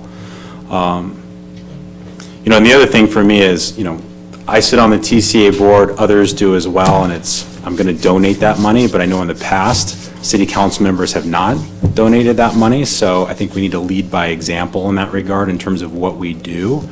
I've already donated my money for this year to OCSD. Next year, I will donate my TCA stipend to one of the charities here to help fill the void there. So maybe as a community, other people are willing to step up, and maybe there's not a need for some of these donations anymore.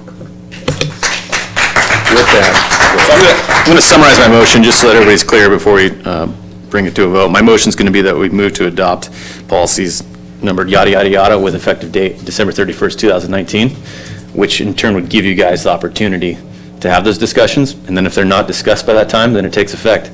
And so that way, it puts the shot clock on you guys as well as the organizations to come to a middle ground. So is that something that'd be entertained? I'll second that Okay, motion. so I'm going to make the motion that we adopt policy number 204-1 and number 204-5 to take effect December 31st, 2019, recognizing that there is a time frame between this point and that point for further discussions to take place. So I'm going to, sorry, I think there's a motion and a second. I'm going to make a substitute motion, actually, same motion, without the effective date being December. I really don't want a gun to our head, as it were, in trying to figure this out. So I would make that same motion with that substitution. And do we have a second for the substitution motion? I'll second the substitute motion. Okay. All right. Substitution motion first.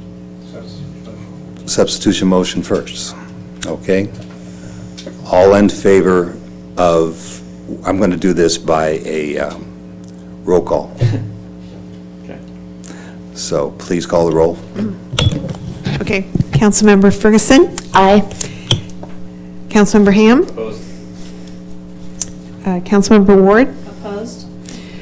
Mayor Pro Tem Bain? Aye. Mayor Swartz? Aye. Carries. Okay.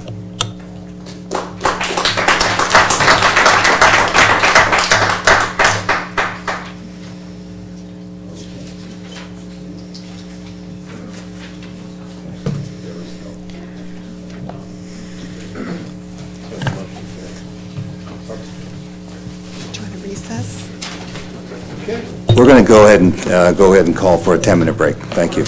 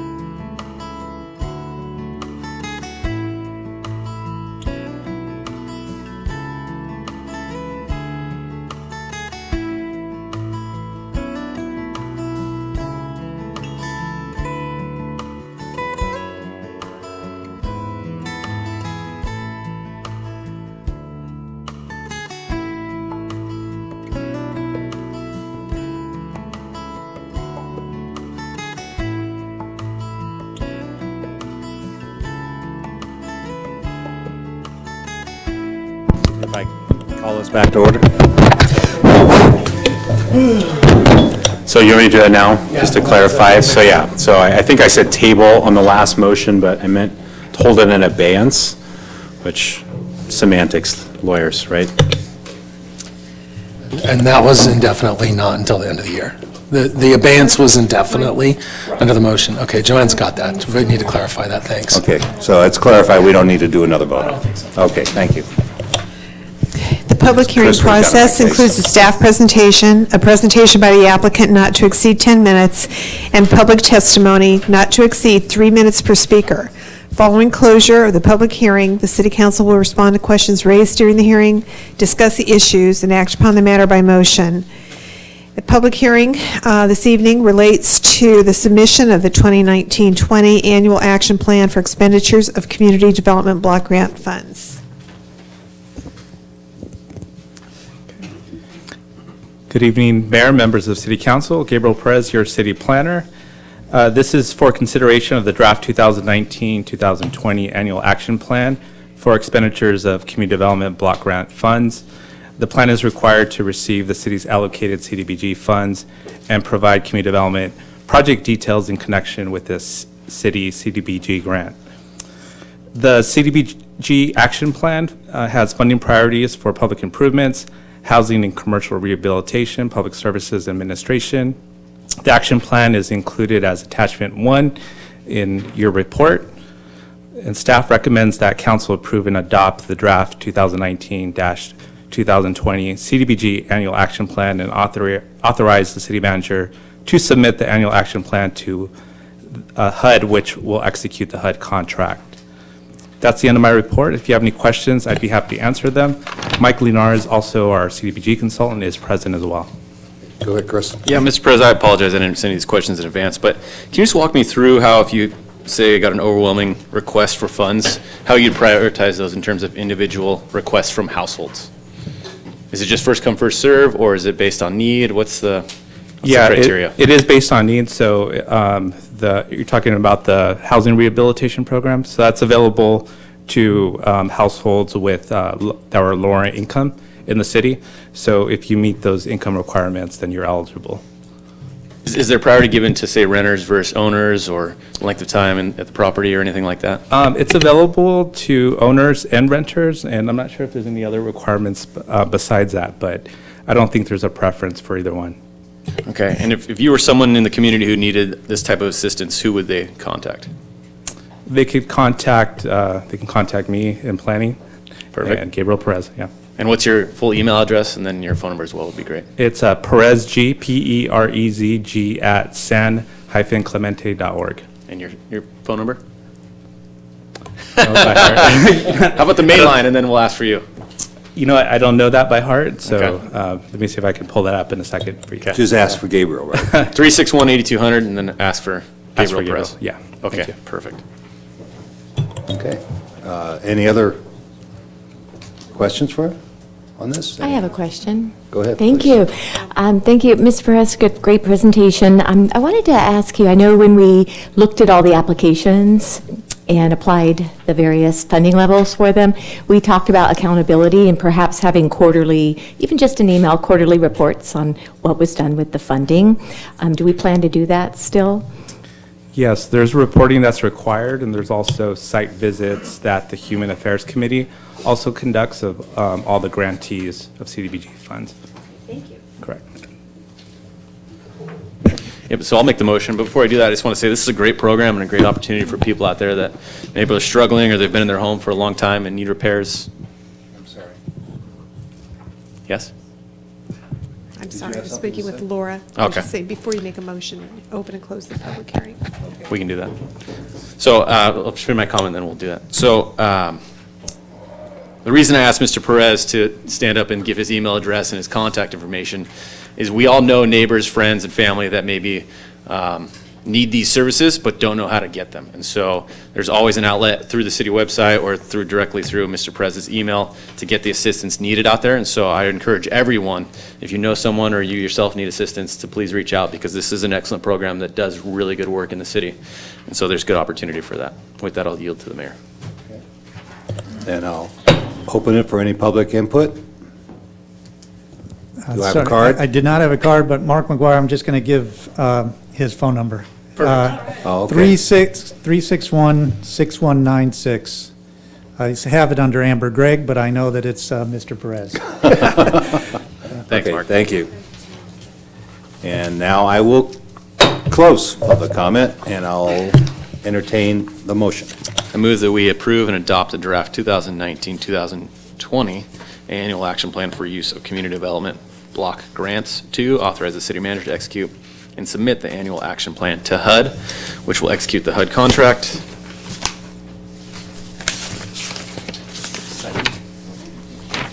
Okay, motion by Councilmember Ham, second by Councilmember Bain. All in favor? Aye. Motion carried unanimous. And Mayor, if I just could, real quick, staff, great job on this report. We didn't say that, but we all really appreciate it. Thank you very much. Okay, next is a reconsideration of contract amendment for legislative advocacy services, and council asks that this be agendized in order to resolve some confusion concerning the vote that was taken by council at its meeting of February 19th on this item, and your new vote will be memorialized in the record. Do I have any input on any comments? Kathy? I'll make a motion. Okay, go ahead. Okay. Approve and authorize the city manager to execute amendment number 2 to contract C16-15 by and between the city of San Clemente and APREA and I think it's McKelly, approved for legislative advocacy services. This amendment extends the term of the contract from March 15th, 2019 to March 15th, 2020, and establishes the annual contract amount at $180,000. Funds are budgeted in other legal services, account 001-203-430-000-00000. Funding for future terms will be subject to approval through the annual budget process. Motion made. Do I have a second? And there There's one more item. I think Oh, I'm we did sorry. number 2. Number 2, direct that any contract renewal will need to be approved by city council rather than the city manager. Sorry about that. Second. I have a motion made by Councilmember Ward and second by Councilmember Ham. Is there no further discussion? No. I'll vote no. Laura Ferguson votes no. Okay. Thank you. Okay, all opposed? That was Laura. All in favor? Aye. It carries 4-1. Okay. Next is report from the Community Development Director concerning the regular Planning Commission meeting minutes of March 6, 2019, and providing additional information concerning item 8A from those minutes relating to the Shorecliff Senior Rental Housing Complex at 501 Vaquero.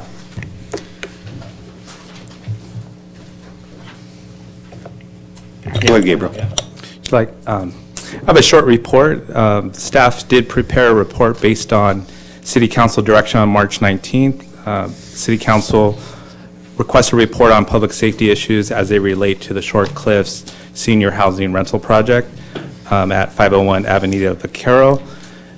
In your staff report, you'll notice that staff addressed 3 of the items that were requested. One was the general plan compliance of the project, also code compliance conditions, and the comparison of this project with a previously approved project in 2016 called the Raya's Paradise Residential Care Center, which is a senior assisted living facility.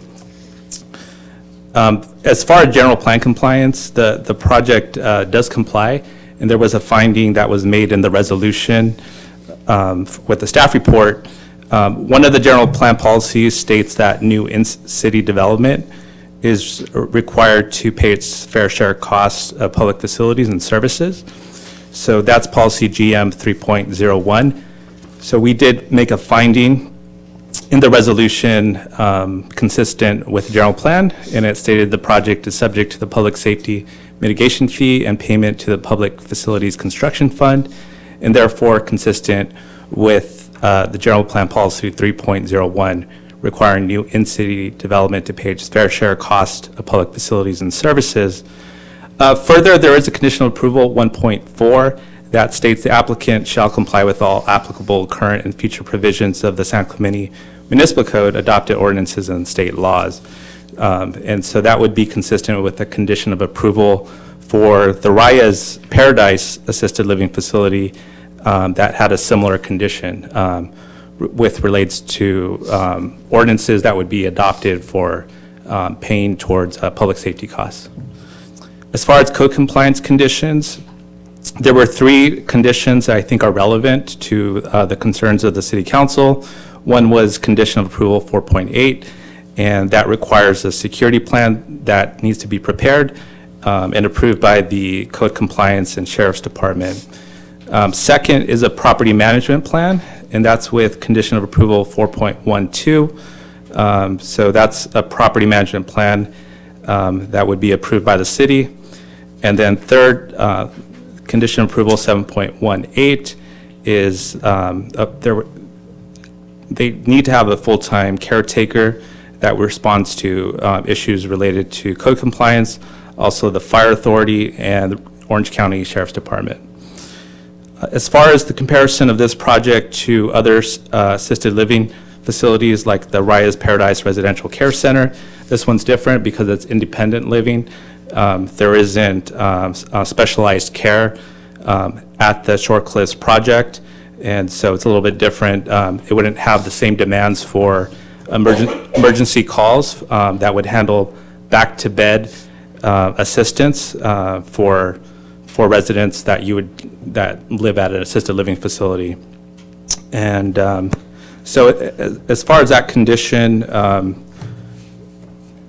staff is confident that condition of approval, which requires the applicant to comply with applicable current and future provisions of the San Clemente Municipal Code, is sufficient, but also that the management plans would state that the caretakers or the property managers would not call emergency services for non-emergency calls. So that in summary is what was included as conditions of approval and some of the findings in the staff report for the Short Cliffs project when considered by the Planning Commission. We do know that the applicant, Great Star, did submit a letter to the City Council, and you should have it on your dais, but Great Star acknowledges that they agree that condition of approval 1.4 does require them to comply with future ordinances of the city, even if they addressing extraordinary costs for recovery of emergency services. Their second paragraph of their letter, they also state that the security and management plan, they anticipate that would cover, the project management not calling emergency services for any non-emergency service calls. So that's the end of my staff report. I'm happy to answer any questions that you have. I want to ask, then I'll turn it over to Chris. I want to confirm, we're not talking about an assisted living facility. We're talking about residential apartments that are for 55 and up. Correct. Is that correct? So that's the only designation from any other type of multifamily location, correct? Correct. And the applicants here that can speak to the residents that are anticipated to live at the complex. Okay, from what I understand, it's right on the golf course. A lot of seniors will be moving there because they can then go and play on the golf course. So it's for active seniors involved and everything else, correct? Correct. Okay. Chris? Oh, you want to hear these first? For that question. Okay. So because we're here on the minutes, right? I just want to know as a point of order, what's appropriate for us to be considering today? Because this isn't an appeal, right? No, not yet. What you're considering today is whether to call it up on appeal for notice at a future hearing. Or approve the minutes. Or let it stand with the clarifications that Gabriel's provided. I'll speak then, just to make it easier for speaker cards. Yeah. So I asked for this to be discussed this evening for a couple of reasons. First and foremost, as outlined by staff excellently this evening, is that I want to make sure this new project adheres to the general plan. One of the biggest issues we face as City Council is our public safety costs and the increased demands on public safety with our minimal resources. And so with any type of new development, specifically with a senior housing development, you're going to have an increased service calls for paramedic service. With that, and the inclusion of this letter that's being provided on the dais this evening, being included in the minutes, I want to commend not only staff on their excellent work throughout the last 2 weeks, Cecilia, yourself, and Assistant City Manager Eric Sund, but I also want to thank Mr. McGuire as well for his input in getting this accomplished, because I think it was a great opportunity to actually accomplish some good stuff and move forward with a project, which was Dan and Laura's concern 2 weeks ago. So with that, I'm going to be supporting this project moving forward, and I have a feeling that these cards are going to be relating to something other than what I request this to be brought up for. So we'll hear from those people. So we have speaker cards.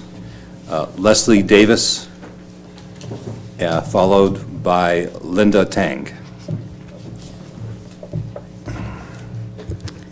Good evening, Mayor Schwartz and City Council members. My name's Leslie Davis, and I've been a San Clemente resident since 1980. I'm here tonight because I'm concerned about the last piece of land in the city, identified as residential high density, is being proposed as market rate senior housing. And especially after listening to all the complaints tonight about the homeless, I think we need affordable housing more than anything else right now. I'm going to make 3 points tonight. The general plan identifies the Shorecliff site as a site that has been upzoned to residential high density. I don't know how the senior housing got in there, but residential senior housing can be built for any multifamily. The housing element identifies the site with the most capacity to meet our regional housing needs allocation for extremely low and very low income housing. And the housing element is part of the general plan. And presently, there's a deficiency of 69 extremely low income units and 67 very low income units in our housing plan. And that, I believe, has not been addressed in the planning report of March 6th. The inclusionary housing program requires developers of 6 or more housing units to provide 15% of the total for low-income houses, on-site, off-site, or pay an in lieu fee, donation of land, or combination as recommended by the Community Development Director. The Planning Commission report gives no mention of the housing element, the regional housing needs allocation, or any analysis of the affordable housing needs in relation to this site. The report only indicates an in lieu fee payment will be made of an unspecified sum. The housing element states that the in lieu fee option was intended for small to mid-size infill projects where insufficient land is available to provide inclusionary units. And I state that again, the in lieu fee option was intended for small to mid-size infill projects. The city has over $1 million in lieu fees from the Sea Summit development and others that can be used for an affordable housing development. Collection of additional in lieu fees are a moot point if there is nowhere in the city to build affordable housing. I believe the city would be making a serious mistake accepting this project as proposed. This is the last piece of land large enough to build as many as 216 affordable housing units, as according to the general plan and housing element.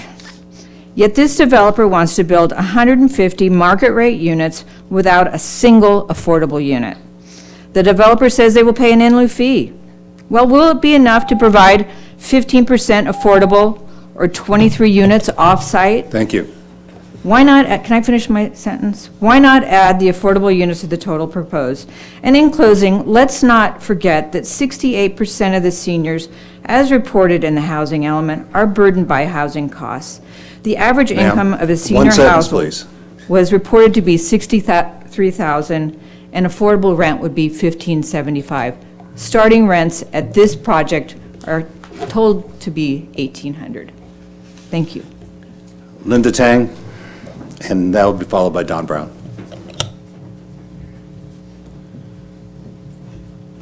Good evening, council members. My name is Linda Tang, and I'm here on behalf of the Kennedy Commission, and we advocate for the development of homes affordable to lower-income families throughout the county. And I just want to thank all of you for giving us the opportunity to provide comments, and we also provided written comments to all of you. I'm just here today to urge all of you to not take any action and to continue this item to allow more discussion on the possibility of building affordable homes on the proposed Shorecliffs project site. This site presents a unique opportunity for the city to address the remaining lower-income RHNA housing needs. It was identified as a potential site in the housing element and is the only realistic site with the most potential to be built for affordable housing. The developer is requesting to build 150 units out of the maximum development capacity of 216 units. The remaining potential capacity of 66 units should be an opportunity for the city to prioritize the development of affordable homes. As many of you know, it's not hard to open a newspaper and see that we're living in an affordable housing crisis right now. Orange County is very expensive to live in, especially in the city of San Clemente. And it's a real big cost burden for low-income households, especially those who are seniors or even veterans who are on fixed incomes. Many of them just priced out and they just want to continue to live in the city.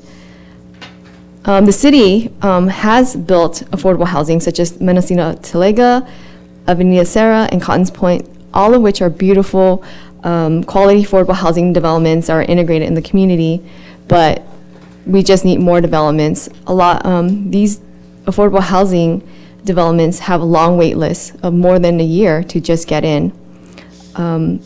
Those who live in apartments that have market rate rents see that the rents are continually rising, and households are just being priced out.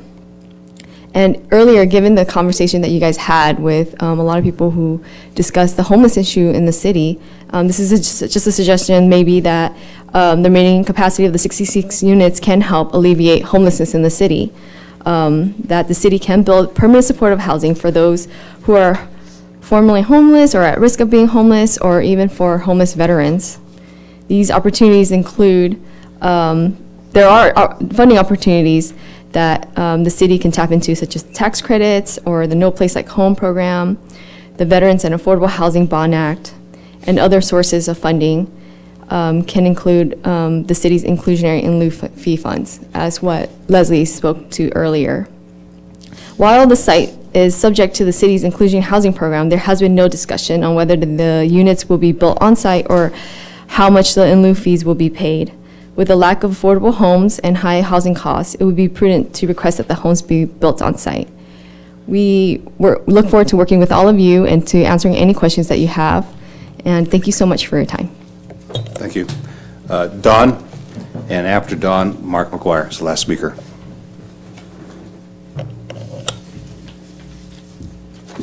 Good evening, Don Brown, citizen of San Clemente, also on the Planning Commission. This project is about 9 years in work. It became, the owners came forward to us in 2010, shortly after Leslie Davis retired from the city working on the housing element, and proposed senior housing. And so over the last 8 years, we modified the general plan through the owners' inputs as we went through the process. I don't know if they interjected with the GPAC or not, but I know they came through the Planning Commission. One of the last acts that the City Council did when we approved our general plan was the Short Cliffs Golf Course and senior housing. So it's been a long time coming. Subsequently to that, we modified the Forester Ranch specific plan, and then I did the zoning ordinance changes to make it all play out. All this has happened over the last 3 or 4 or 5 years, publicly noticed, publicly discussed.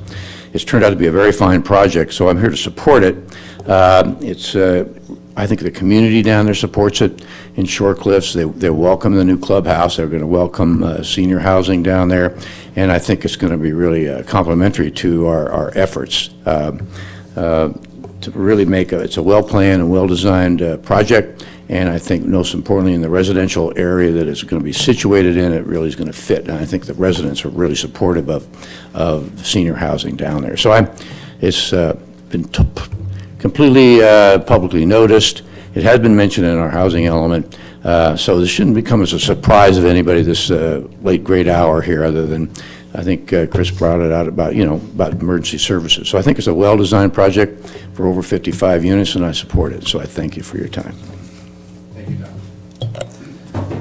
Mark? Good evening, Mayor Schwartz and council members. I just want to take my 3 minutes. First, I want to say that, if that letter that came from the Kennedy Commission, which I really respect that group and the advocacy they do. But if that letter had come in yesterday, I would have thought this is an April Fool's joke, right? But it came in on the 2nd of April, so it wasn't a joke. But I do want to just take my 3 minutes to explain a little bit about why we proposed way back in 2010 and all the way through the type of project that we have proposed and finally got through the process. And I represented the owners at the outset of the golf course, and they were looking for a project that would facilitate the revitalization of their golf course. And this is a photo of just any one of the storms that happens this winter, and they have to put buckets around the clubhouse to catch the rain through the roof. I mean, it is just on its last leg, it really is. And so they, working, us putting our heads together, we said, what kind of project would make sense? And they chose an active senior sort of project, which is different even from independent living. And if we could go to the next slide. Oh, maybe I'm going to do that, huh? I could never do that. We thought active senior would be great because the biggest group that grew in San Clemente was this 55 to 64 cohort. And then we also had growth in the older cohort. We thought this is a great type of market segment that we can capture, active seniors. And so active senior is different even from independent living. This is to get to your concerns, Chris, and I'm happy that we were able to address them. They're younger on average. They're obviously more active, and they choose to come to these sorts of facilities more for the amenities and the lifestyle than for the assistance that they might get. There's no, they don't get their meals there. They cook their own meals, et cetera. It's just a great place to be with other people that are similar to you. And it's 55 and older, which in several months I'll be able to join that. I'll probably be 57 by the time this thing gets built. So active senior is even one step more independent than independent living. This is just a quick example of one of the facilities. I do want to comment on the types. These are projects that they've done. The project is market rate, but it's a modest project from a size standpoint. We've got 93 one-bedroom units that are from 650 square feet to 810 square feet, and 57 two-bedroom units that are from 1,048 to 1,400 square feet. So they're nice, but they're not huge mansions by any means. We believe it's going to be a great amenity to the community. We're hoping for your support tonight. Thank you very much. I think that's it. Thank you. Your chart showing the average age to be my age of 71 was, I guess I should get my golf cart ready. Yep. All right. Any other council members want to bring anything up? Go ahead. Mr. Mayor, perhaps you can answer my question. How do we address these recent comments from particularly Ms. Davis, who was a planner here and has some concerning comments to me regarding the housing element? I say that because our housing element's in review at the moment. I saw it on a map with the housing, with the governor. The governor's been, as you know, talking with different cities that are out of compliance, and I saw on the map that San Clemente is under review, our housing element. However, this says our housing element is approved through 2021. Could you answer that question, or perhaps staff can? Thank you. Thank you, Mayor and Council members. Cecilia Gallardo-Daly, Community Development Director. Our housing element is approved through 2021. It's considered a conditional approval because there are some programs that the State Office of Housing and Community Development is monitoring, such as our emergency shelter overlay zone. So it might be identified as in review status, but we have confirmed with staff at HCD that we are in compliance. And to further flesh out the concern regarding the couple speakers that came up with information regarding their concerns for low-income housing, this project has gone through public hearings for years. They've had ample opportunity to make those addresses to the Planning Commission while it was going through. And I don't think that after all the years that they have been working on this to go through and have properly followed the channels and have properly done all their homework and have properly given the city everything we've asked for them, that we should deny this from going, all we're doing is acknowledging the Planning Commission and that it's been properly approved by the Planning Commission. I wouldn't want to be bringing it back up and sending it back to the Planning Commission or having us do the Planning Commission's work on this one project. Right. I think those elements can be handled going forward in a variety of other areas of our city, but this project deserves to be approved. Okay, with all due respect, yes. But Ms. Davis has a lot of credibility. She did work here for a long time, was involved, so that was some clarification I needed, because I have seen that our general plan, our housing element part of the general plan is under review. I would hate to see us fall out of compliance, and I know this is a different component, and these issues came up, but it's very concerning because, as you know, our governor has sued a city, Huntington Beach, being out of compliance, and has talked to 47 other cities that are not in compliance. And so I just know so much work has gone into us being in compliance and getting a housing element adopted by the state that I fear that, if this caveat, I just want to be 100% sure that that's not going to affect us going forward. Thanks, I can address that. This location is identified in the housing element as a potential opportunity site for affordable housing, along with a number of other sites in the city. On an annual basis, we look at our available sites inventory and update it. So as part of our update for this year, 2019, we will look at other areas to add back into the inventory to make up for this site being taken out of the inventory now that this project looks close to approval. Okay, thank you. And one more question. Is that 134 units? Is that what we're looking at that we need to add to our inventory? Do you have those numbers, Gabriel? Just give me 1 second. Or you can email them to me. I'm just curious. Thank you so much. Okay. Yeah. You can get back to us on that later. I will. That's fine. I can Thank email you. you how many units we need in each of the income levels, very low, moderate, and overall, we've exceeded our regional housing needs assessment, but we are deficient in some of the low and very low categories. Thank you. Sure. With that, Kathy? I just want to make one comment that last council meeting 319, we had a report, I can't remember what the title was, it was on our general plan implementation measures, but we also got a housing programs progress report that told us everything of what we're doing, Laura, to be in compliance with our housing element. And I believe all of El Camino Real, mixed use and commercial, has been designated as an overlay for affordable housing. So we do have that. So we've met that by that. And I also want to mention to the council and to the public that this city council, in years past, we fought vacation rentals and we limited them in our city because we were losing our housing. People were getting kicked out of their apartments and the rents were going up. So we've done a lot to comply with affordable housing that I believe more than other cities have to protect our housing, because we are aware that we do need to have that for our housing element. Sorry, I'll finish this off. First of all, thanks, Leslie, for the email and other emails we got. We got a bunch today. Reviewed all those. I reached out to Cecilia and got, I thought, was a satisfactory answer about our compliance with the RENA issues. And this project isn't actually in a RENA area, right? An affordable housing area. It's an opportunity area, but it's not designated as an affordable housing area. That's correct. This property is not within an affordable housing overlay zone. Okay.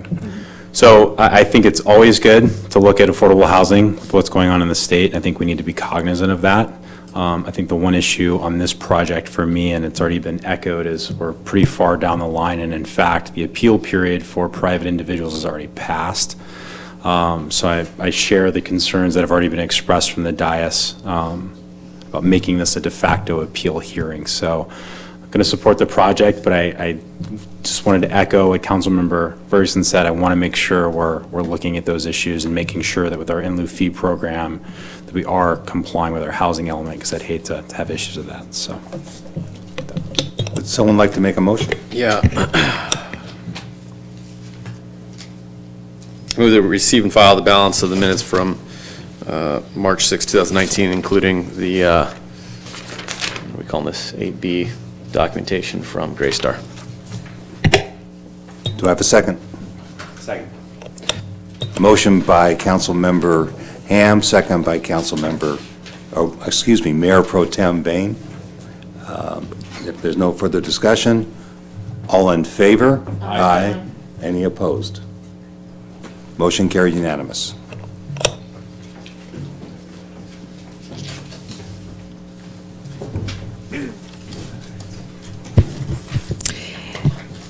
Next is a report from the Public Works Director, City Engineer, concerning the possibility of awarding a contract relating to San Clemente Trolley Transit Services and proposed change to the destination names displayed on the trolley vehicles. Good evening, Mayor Swartz and members of the City Council. Tom Vonnegut, Public Works Director. So I do have a brief presentation before I get into some of the slides, because I want to show you some graphics. There's a couple items tonight. One is to seek your approval of a multi-year contract with LAZ Parking to provide professionally trained drivers to operate our trolley vehicles. As you know, you previously approved an amendment or an assignment agreement. LAZ Parking took over Professional Parking, who had been supplying our drivers with good success. So we recommend a multi-year agreement for them to continue that on. 90% of the cost, as I mentioned in the staff report, is funded via 2 grants from OCTA.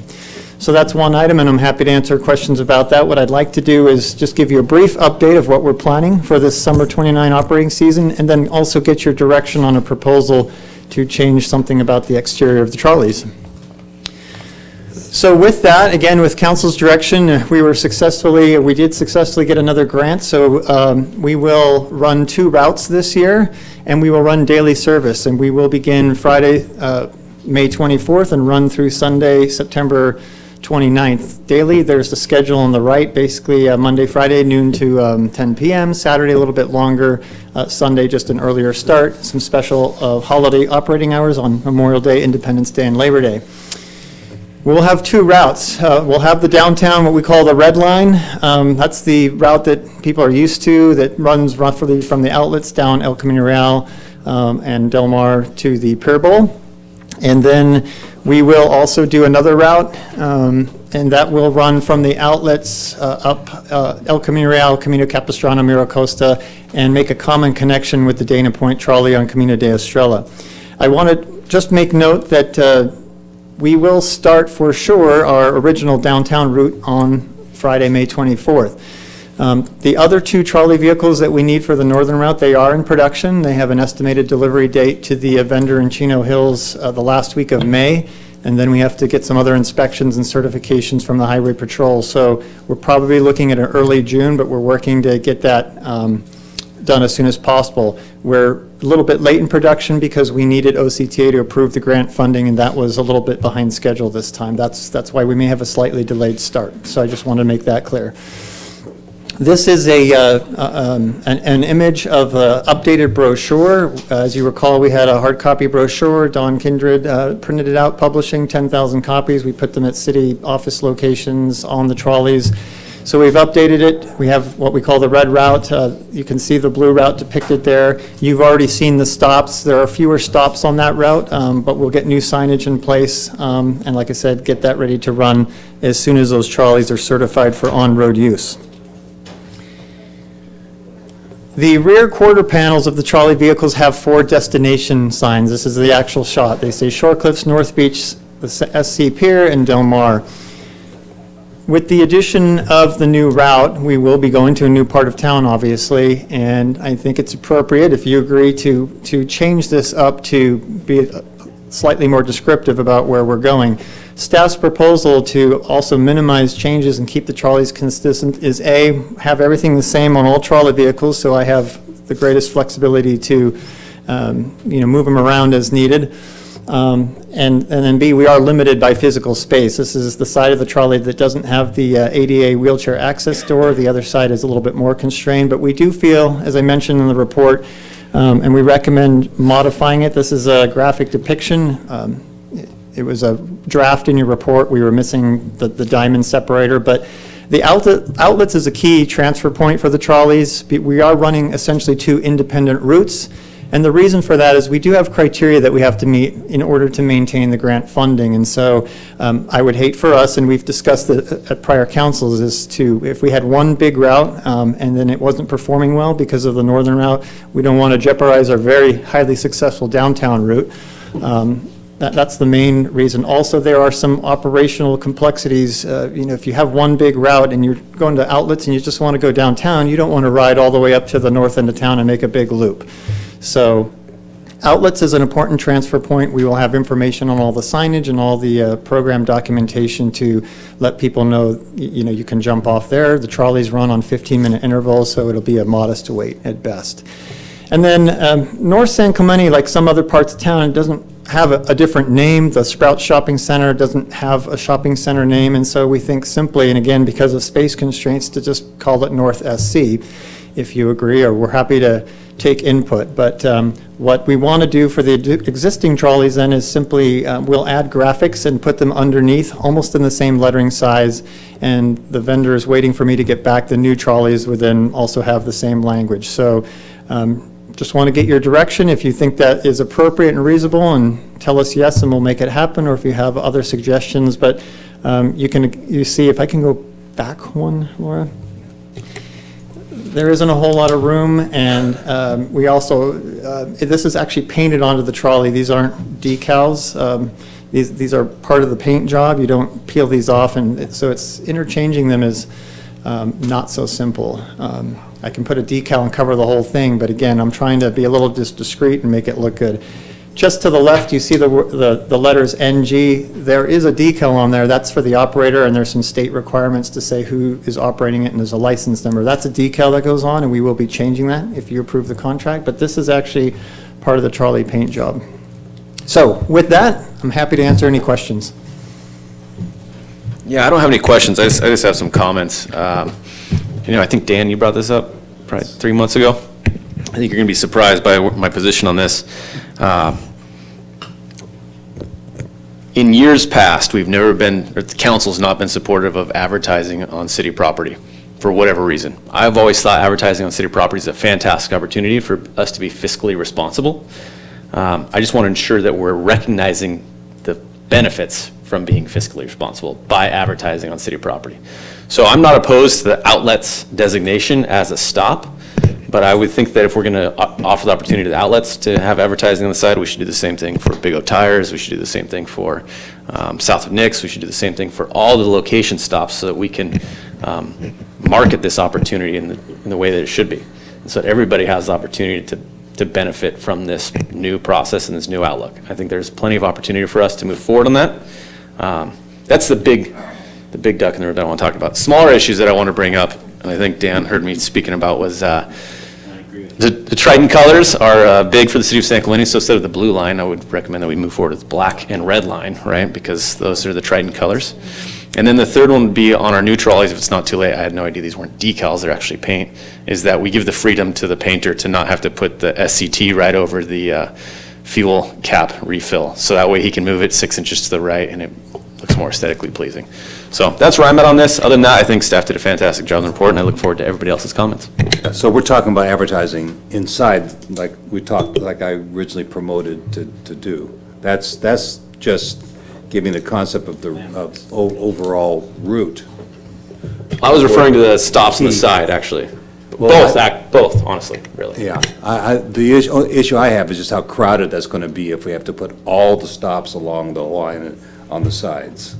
Well, my thought would be it would mimic this, right? So instead of short cliffs, you'd see an opportunity to see outlets. Instead of North Beach, you have an opportunity to see Itchaberry's, 7-Eleven, Olean's Beach Club, whatever it is. SC Pier, you have the opportunity to see Fisherman's. Del Mar, you have the opportunity to see Hopi, whatever it is, right? I really appreciate you coming a little bit to my side as far as on the commercial aspect and business. But I'm going to go with, I'm going to support, we go as simple as possible, not as far as on the outside. And I think our outlet designation there is because it's a key center for them to go and park. And we have a kiosk there, so they've already done a lot, you know, as far as to pay for us to show where that one spot would be. So that's where I'm coming from. As far as red and black goes, as long as we don't have to spend more money to go from red and blue to red and black. Well, let me just let you be aware. So this brochure already mentions a blue line, and the reason we did that because all the graphics we showed you in even applying for the grant just picked blue arbitrarily for that color. Also, your council also directed us, and we applied for a grant but didn't get it, to go for a southern route, and so we're going to run out of Triton colors if we're successful anyway. And so I would just, ask that we already have 10,000 copies of a brochure with a blue line. We could change in the future if you like, but hopefully, and that. Well, when we go to the south, the other line, we can just do red, black, and blue. Make it a dash? Yes. Well, of course, my school, high school, our colors were blue and black, but our opponents said they're black and blue. But anyway. I understand what you're saying. I think what my issue is that if it said the outlets and was their full name, then we'd be advertising. But just saying outlets, all of these are just geographical, I think. So I'm okay with it. I think we should go with staff recommendation because it's the easiest to apply. But I'm not willing to talk about the advertising inside yet. I think it's just, that's another issue, and let's not open that up.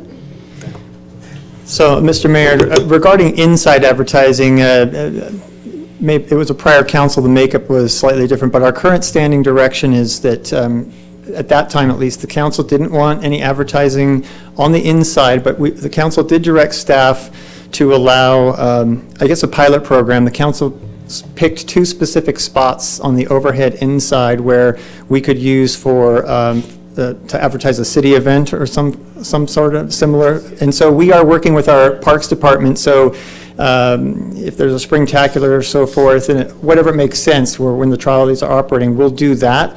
And towards the end of the operating season, we'll come back to you and review that and get further direction if you want to change that up. But that was the standing direction, and that's what we're operating under this point. So you did talk about that, and that's where we are today. I'd be interested to see if our other board members, how they line up on allowing, the concept was, when I put my 2 cents in back then, I was a lowly just council member. If we allow businesses that are along the trolley path, in the area of the trolley path, to purchase advertising that we would then put in the panels that we have, areas that we can put them on, and sell it as a 30-day basis and rotate them through. So I just wondered if there's any other council members that might have opinions one way or the other on that. I support it 100%, plus it's revenue for the city. I support it 100% as well, and I relish the opportunity to agree with Chris. And I see, like Councilwoman Ward, the outlets as a descriptive geography, but if there's an opportunity, Chris, to look at changing some of those to coincide with actual stops, I would consider that. So, but for now, I'm fine with what we have, and certainly willing to look at other options going forward and advertising. So. I didn't hear anybody discuss the other 2 items that I brought up, other than we're not going to do blue, or we're going to do blue because of the. Yeah, we're not going to blue. We're going to do blue, right? Yeah. What about the, what was the third one? The sticker look, or the paint location? Is everybody comfortable with that? Yeah, totally. Yeah, no problem at all. Okay, well, do we have any cards on this? I have 1 card. Don Brown? Tired of opportunity here. Mr. Bonnick came into the traffic task force meeting about 4 or 5 years ago. We started working on the draft of this thing, and he's definitely hit it out of the ballpark. And I kind of agree how we built this thing, which we brought it out from a parking lot, parking capability, to some areas, and then, of course, the second phase is parking to parking with the outlets, so you have a hub and spoke so people can go and park and then get on the trolley. So I think a second move is really great. Probably the next best move would be probably go up to Tollega and use Lowe's or something like that. What I really wanted to talk about was the last year with the Exchange Club, we were in the Chowder Fest, which is about, I think it's the first Saturday or Sunday in October, and we were coming off the pier to get more supplies, and there were hundreds of people clustered around the trolley stop. Well, the trolley stopped operating a week prior. And so the only reason I throw the card in is to plant a seed as you go forward, and you, Tom, also, is because I know we've extended here and there as you get into the season. But think about it, the big, I think the last date you're going to operate is the 29th of September. And I think the Chowder Fest is the next weekend or something. Just throw that out there that there's hundreds of people were waiting for that trolley last year for the Chowder Fest. Enough. Thanks, Don. And I don't have a problem if we extend it out one more week, too. I understand budgeting. Is that an issue? It is an issue because it's 100% city cost, but, we have done that with council direction before, and so what the grant will pay for is to the end of September. We have done one-offs for special events where 1 or 2 trolleys. We don't have a charter program per se. That standing direction will come back after the operating season as well. During May to September, we're running daily, so there's no opportunity to charter it for events, but you have done that. We usually need 3 to 4 weeks advance notice with our operator, and so if there is a desire to do exactly what, we would get a cost estimate to you in time, come back, and see if you want to appropriate general fund monies to do that. Okay, well, we don't have to make a decision on That's that correct. tonight. That we can always bring back up to decide, and of course can be subject to sponsors of the event at the time, right, as far as we'll review. We can work with that, and so we can put a reminder to get back with you and seek direction in time to decide if in fact you wanted to do that. Okay. A final note, we talked about a future service, or was mentioned, when we last applied for the grant, the council said, well, we want you to also try and apply to run a route to the south end of town. That wasn't approved. We have some ideas on how to make that more competitive. I am in receipt of a letter from OCTA. They are soliciting feedback for another potential grant call, so if it's your desire, what we will do is say, hey, we're still interested, we have an estimate, and they will decide if there's enough interest to solicit grant applications again, in which we would, unless you tell us otherwise, try and repackage and make a more competitive application to again go after a potential southern route expansion. That was the next frontier that council was interested in going. Yeah, and I don't know if it was said, but this is the one that's going to allow people to travel on trolley, free trolley, all the way up to Laguna, right? Yeah. Correct. Yeah, so that's something that I kind of I think we buried the lead on this. So, so with all the going on, what's going to occur this summer season is that someone can get on the trolley at the pier and go all the way to Laguna if they wish. That's true. So, I mean, this is a big thing and a great event. Or into San Juan, because the Dana Point trolley connects with San Juan, so you can go inland a little ways. Yeah. So I think that's a fantastic idea, and I'm looking forward to someone making a motion somehow. Yeah. I don't want to make a motion yet because I want to talk about what Tom just talked about, and that's the south route. And the reason I bring it up and why I think it's important is a lot of our affordable motels and our hotels are down in that area, and we are not servicing it. And I see families lugging their stuff, trying to get to our downtown from way down in Trestles. And I just think this is important if we really want to connect everyone. I think we've got to go to those hotels. Yeah, I don't disagree with that. It's just that it seemed for the next section to tie in with all the way with San Juan, Dana Point, and Laguna seemed the best way to go as far as what we're doing now. Aren't we tied into Laguna now if we go to Dana Point? No, this expansion that we're doing now takes us there. But he's saying that OCTA is calling for another call for grants, so I'm asking for, yes, future, I'm sorry, that we should say that we are interested in staff pursuing a grant to extend the trolley south, to look into extending the trolley south. Which would be similar with prior council direction. And I don't foresee anyone arguing about you going for a grant money. Okay, great. just wanted to make sure, and we will express our interest and then keep you updated if there is another solicitation for grants. Sure, finally, not to prolong this any further since this isn't on the agenda, but what's the criteria for getting the grant money to extend, like, for example, to the south? Because one other underserved area is inland, Talega, Forster Ranch. If we could extend to like Vista Hermosa, has that been contemplated? Is that not under consideration since I'm the new kid? It has been contemplated, but to answer your question in order, the grant solicitation gives cities maximum flexibility to propose, frankly, any route we wish. But to maintain grant funding, you have to maintain a certain ridership. In the first year, you have to have 6 boardings per hour, and in the second year and beyond, you have to have 10 boardings. Now, for reference, our downtown route is doing very well. We have close to 50 boardings per hour. It's the highest of any trolley system that's running. You lose funding if you don't maintain that. So when we looked, and before we made the first application, we had consultants, transit consultants help us out, and the long and short of it is, in working with a public committee of stakeholders, we looked at different options. And going inland towards Talega was considered, but it was ranked the lowest for a couple of reasons. One, it didn't seem like there would be a ridership to support it, and that was borne out partly because Talega at one time ran its own shuttle for its members, which just wasn't getting highly used, and so they abandoned that. So the group ultimately recommended and council ultimately approved going for where we thought we had the best chance of success. Now, clearly the downtown route was the number one, and it turned out to be correct. And we think, from the feedback, we think the Dana Point connection is also going to be popular. But again, we're a little bit at risk, and that's why we're proposing this multi-route concept. Okay. We think going down south also has a pretty good potential, but that's why we would go there next. And of course, if there's another grant solicitation, then my recommendation would be, then let's look at going inland. Sure.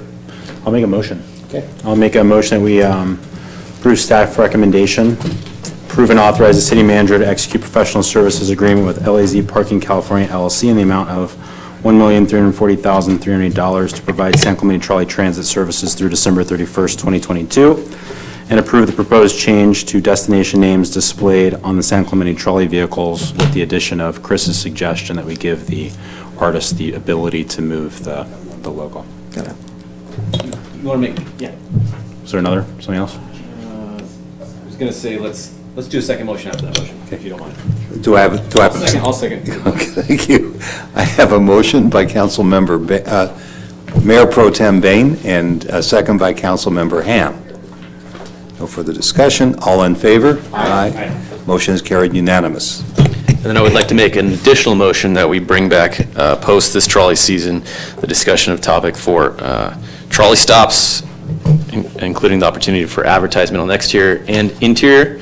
And I'd just like noted that I just looked real quickly, and the city of Laguna Beach doesn't know any stops on the side of their buses, whereas the city of Dana Point knows every stop. So there's an opportunity there to say maybe we don't want any exterior advertising or any exterior stops for that matter. So, but my direction would be that we bring it back after the season. Black line as well.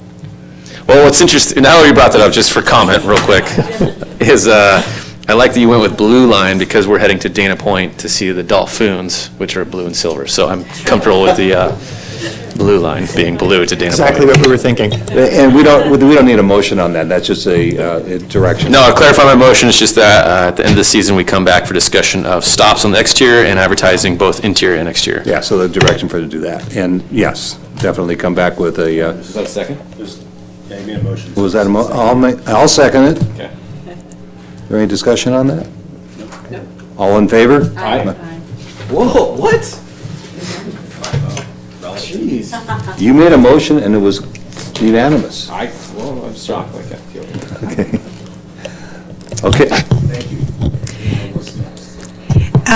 Next is another report from the Public Works Director concerning proposed changes to various terms in the existing agreement with LYFT for the SCRIDES program.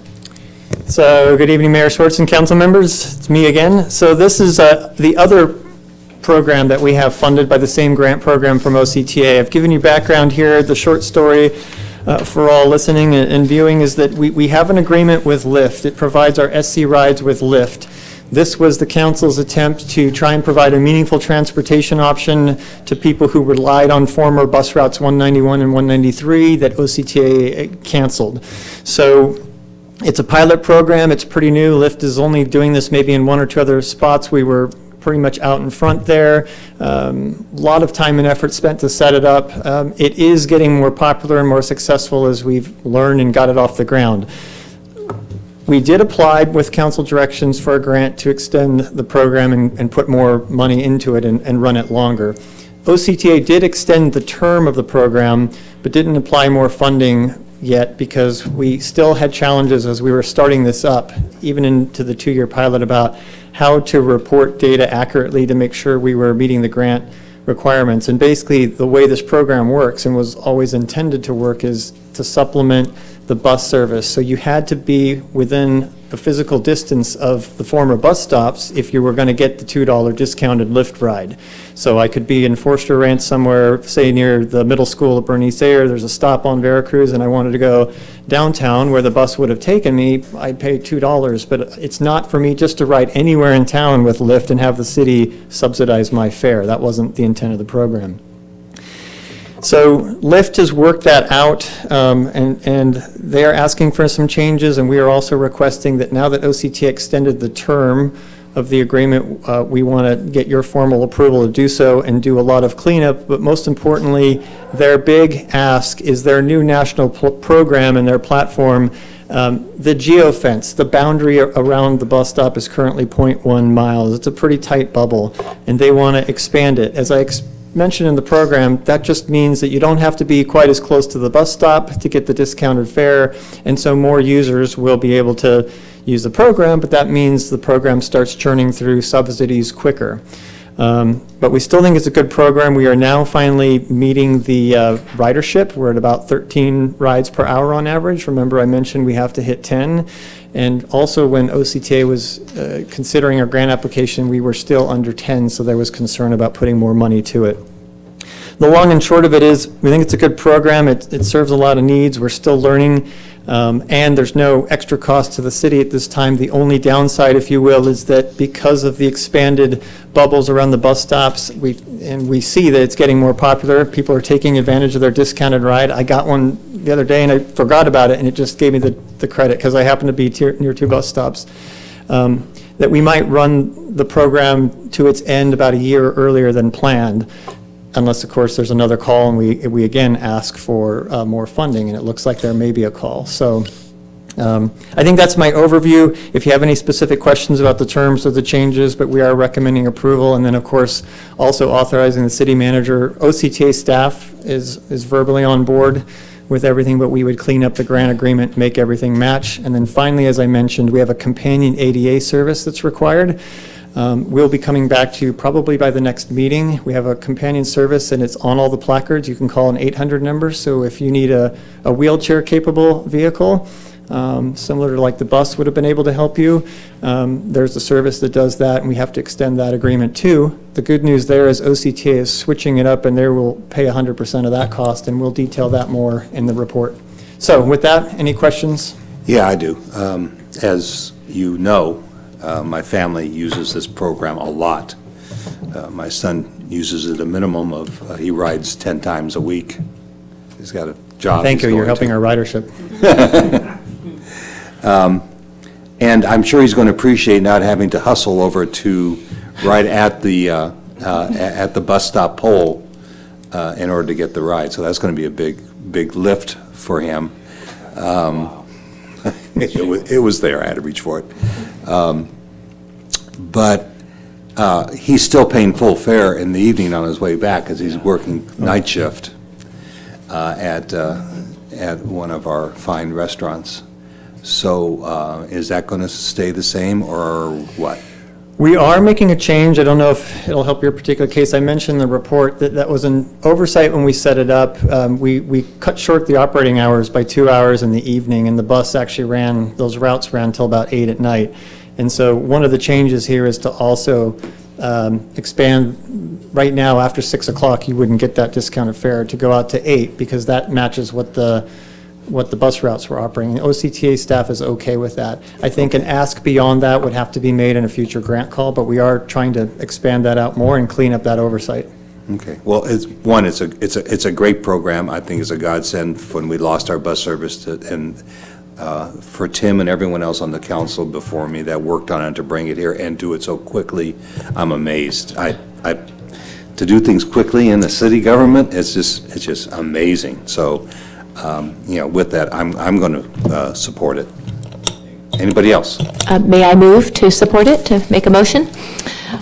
I'd like to move to approve and authorize the city manager to execute Amendment Number 1 to Contract C-16-63 by and between the City of San Clemente and LYFT, providing for the SCRIDES program. This amendment extends the term of the contract to June 30, 2023, and provides for other contract modifications as described in the administrative support dated April 2, 2019, which is on file with the city clerk.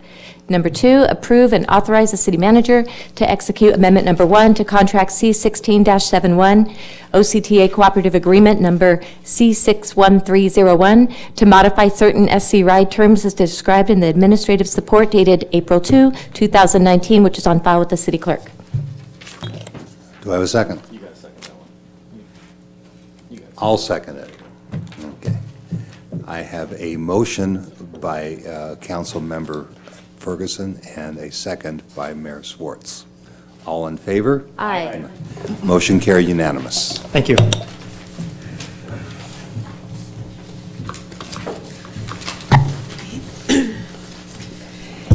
Next is a report from the city attorney concerning the possibility of adopting an amended policy and procedure 1203-1 concerning city-issued swim, parking, or golf passes for designated retirees and council members. Want to go, Mayor? Yeah, Mayor and Council, the City Council directed this policy be reviewed in connection with the city's 2019 code and policy updates. By way of housekeeping, you're in receipt of correspondence suggesting that conflicts of interest might arise, I guess, on council's part as beneficiaries of this policy and staff as beneficiaries of this policy, and thus you might be disqualified from participating in a decision relating to it. The Political Reform Act contains an exception to standard conflict of interest code requirements that says that when a city's considering employee benefits, potential recipients of those benefits are qualified to participate in deciding what they ought to be. Otherwise, there'd be no way of setting them, right? You also received correspondence suggesting that I'd presented this as a potential beneficiary. It's clear, crystal clear under state law and my contract with the city that I'm not an employee of the city. I wish I were in PERS, but I'm not, and I'm not entitled to this benefit under any stretch of the imagination. So without housekeeping, just quickly, we gave you a written report. This policy has been in effect for a long time, was adopted in June 1988, and again in 2015. City staff and I have spent a lot of time trying to understand exactly what the point and purpose of it was. There's not any real elaboration of that in the record surrounding it, but it's been on the books a long time. Presumably, it was a retirement benefit, but you have to fill in a little bit around the detail, around the edges to reach that conclusion. Since the policy was adopted, at least the first time out, state law changed with regard to compensation that can be paid to city council members. And I'll come to that a little bit. It's possible that that lack of explanation lies in the sequence of the adoption of this policy and changes in the state law subsequently, but I'm just speculating about that. The policy says that with regard to council members who serve at all and employees who serve for 25 years, a parking pass is available that allows the holder to park at any city metered location post-retirement, or a swim pass or a golf pass that allows play at the city's municipal golf course. As I said, there isn't a clear statement of public purpose in this. The concern raised was that it might be a gift of public funds, but I think it's pretty safe to assume that the passes were originally intended to recognize public service or longevity in service, to allow retirees more convenient more convenience to engage in community events. The parking pass would further that purpose, and/or the passes were intended to incentivize sustained service as an employee and attract qualified candidates. As I mentioned previously, there's a state law that prescribes council compensation. The compensation here in San Clemente was set at $400 per month in 1998. This pass cannot be provided as an element of compensation because the state law talks about dollars as they might be indexed and increased over the years, but it doesn't talk about benefits in lieu of dollars as compensation. State law does allow council members and staff members to be provided post-retirement benefits. It allows for deferred compensation to be set by policy of the city council. And we think because you can provide money as deferred compensation to any city council member and to your staff, you could also provide this benefit in lieu of cash.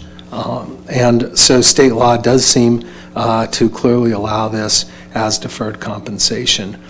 Which leads to the conclusion that policy 1203-1 was likely intended as a retirement benefit in lieu of deferred compensation for council members. There are two suggestions that we made in the staff report and in draft guidelines that implement these suggestions. One is that the policy contain a clear explanation of its public purpose along the lines that I just enumerated. The second requirement is that at least some class of employees have to be entitled to the same benefit as city council members. And so because there's a longevity requirement for employees to receive this benefit and not for council members to continue to be available, it has to be available to at least some employees on parity with its availability to city council members. For discussion's sake, the attached amended policy does that by including senior employees, that is directors and above in that class. If those individuals or others were included in the policy as it is available to city council members, then we would have no concern that this is an illegitimate element of deferred compensation in the package available to council members and to staff. There was a question raised by one of you, I don't remember which, that asked us to do our best to calculate the use of the passes that are out there now in the hands of retirees, and maybe to extrapolate and extend that to predict what difference that might make monetarily to the city. We don't think any swim passes are in the hands of anybody. That opportunity's relatively new, but there are golf passes in the hands of many retirees and city council members. The number of retired employees using those passes every week totals approximately 3 to 5. The number of former council members using those once a week totals 3 or 4. So using $24 as an average rate, the annual cost for retired employees is about $5,200. For council members, it's in the realm of $4,360. If 1 in 5 future retirees uses the benefit, the class that I mentioned, which today includes 3 directors and 2 manager-level employees, would mean that the difference in converting that benefit from a 25-year benefit to an instant benefit would be about $1,000 a year. And so that gives you a little bit of an idea of what the value of that is in their hands if it's used to the extent that it's used by current retirees. So the recommendation before you, which we think avoids many of the issues, which addresses the issues of explanation of the purpose of this, addresses the employment issue for deferred compensation, and which avoids a lot of the issues that would arise if you tried to claw back this benefit from people holding or entitled to it now, is before you as attachment 1. And that includes the change that I mentioned earlier, that includes the statement of public purpose and broadens the class of employees who would be who would be entitled to the opportunity on the same terms as council members.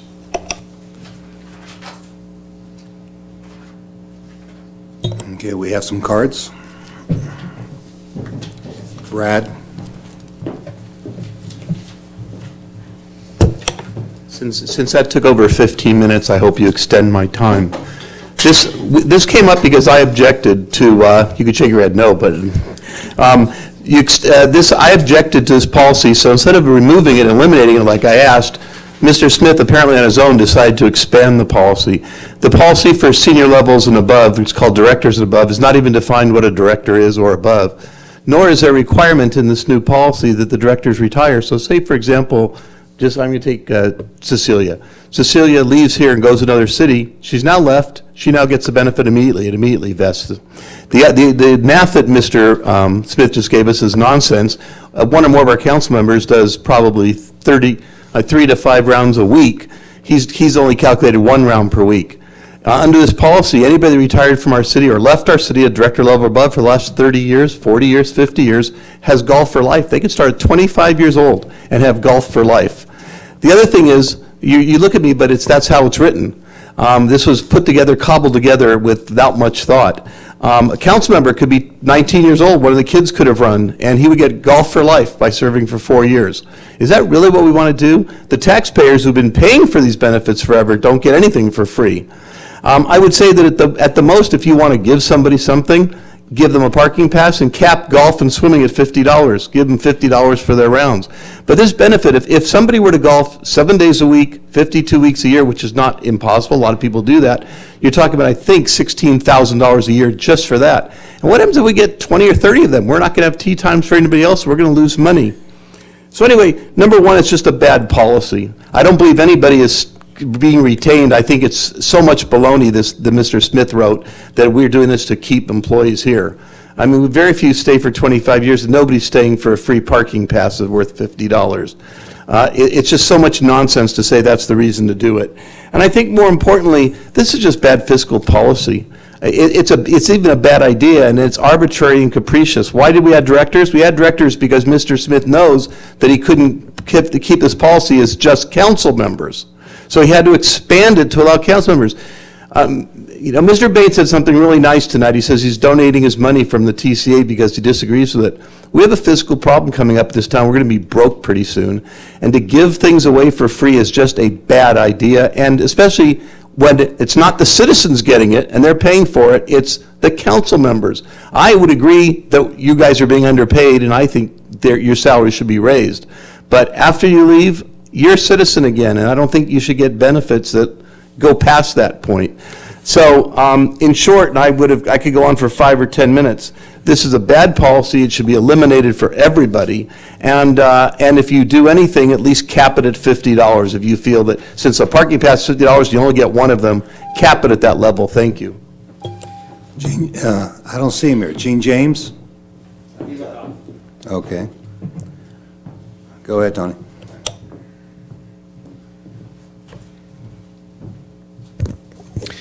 Council, we've got obviously a money issue, and we've got, I've heard countless times tonight, issues with litigation, just money is just blowing out the doors. And we've got James asking for an 18-month severance package. We've got James and Eric double dipping on the car allowance. We've got James, Eric, Scott, Cecilia going out to council lunches. I don't know if that's still happening. I've noticed too, James is texting on his phone. It's just pretty disingenuous to somebody who's making between $300,000 and $400,000 a year. I'd appreciate attention of full council and management and everybody at the dais while somebody's here, just respectful. And then we've got the Department of Fair Employment and Housing on December 12th filing a right to sue against the city of San Clemente by a complainant who was a former employee alleging harassment because of a complainant's age, 40 and over. Complainant was discriminated against because of the complainant's age, 40 and over, and as a result of the discrimination was forced to quit, denied hire or promotion, reprimanded, denied equal pay, denied a work environment free of discrimination and or retaliation, denied any employment benefit or privilege other, denied work opportunities or assignments.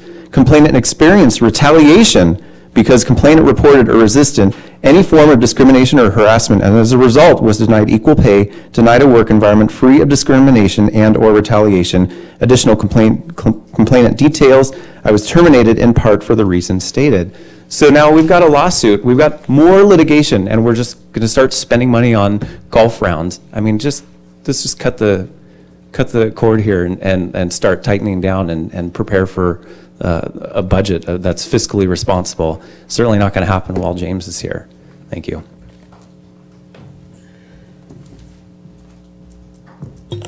Okay. Council members, any comments? Question, Scott, I think you were talking about it during the staff report, but I think I totally missed it. But what, can we take passes that have been given to either employees or council members in the past away? Or are there some sort of issues with doing that? Can we actually do that? do a clawback? Yeah, it would be difficult and complicated, nearly impossible. It could be done with employees, but it would have to be subject to the Myers-Milius-Brown Act meet and confer process. Sure, and I guess I'm wanting you to explain that for What that folks. means Yes, is that instead of if saying that it's were complicated. taken back from employees, it would most likely have to be bought back. So we would have to bargain with the city's union to be able to nullify that policy. In the hands of council members, it's existing and former. It's a little bit different, but we'd be looking at an issue of estoppel, where the city promised them that they were able to have that benefit and then revoke that benefit subsequently. And if we were to buy those benefits back, would it be based on what we think their usage is or what their full usage is? It would be based on what we think their usage is, the average use. Okay, and have we been actually tracking that, or are we guesstimating? Kind of informally, but the guys at the golf course had a pretty good idea about who's who and how often they come, and that was in the numbers I gave you earlier. Okay, well, I mean, so I think I was one of the ones that mentioned this policy and brought it back. I have personally no issues with giving long-term employees some sort of a benefit when they retire. I think I fall a little bit differently on council members, I guess, and we're going to talk about, I think, a different component of compensation for council members later, but I have no problem giving employee discounts or, perks to people that have been employed with the city for 25 years. A lot of people do it. A lot of companies do it. I don't know if other cities do it. It would be nice to know if there are other benefits by other cities given that way, but I don't have a problem with the employees. I do have a problem taking something that we've given to people, taking it away arbitrarily. If we want to do this, I would be supportive of council members not getting these perks going forward, but I just think there's a lot of legal issues with trying to take something away that's been given from someone, irrespective of buying it. And I don't know how we would even value that. So that's kind of where I stand in thinking right now. Just to throw in my 2 cents, I think, first of all, when I see the comparison you brought into what the other city council members of similar size cities are being compensated for their work, and we're at about 50% of that as far as what we get compensated for our time and effort. So I don't think we're overcompensated for what we're doing. From my injuries, I don't play golf anymore, and I have a pool in my backyard. So, and I've had a parking sticker on my car since the day I moved here. So, whether the city pays for it, I pay for it. That's not a big deal to me. But I would never want to see us renege or make a commitment or make a promise to somebody, or I would not want, and to turn around and try to pull it back. It just seems wrong. We've given these out for long-term employees. I couldn't envision the scenario where we have a 25-year-old that would qualify for what we're giving for 25 years employment or for directorship. It doesn't I can't see that anywhere. It doesn't make any sense to me. I think we're talking about just senior individuals. that we're just, it's part of their overall, not just compensation package, but also it's a reflection of the gratitude for the city for some of the great effort and great work they've done over the many, many years they've worked with the city. So, one, I would not support anything that's going to draw this back from what we've committed to. If someone wants to say no more for the council, I don't care. I don't plan to use it anyway, so. Well, that would be my comment, is that we give this as a benefit also to council for not being paid to be here.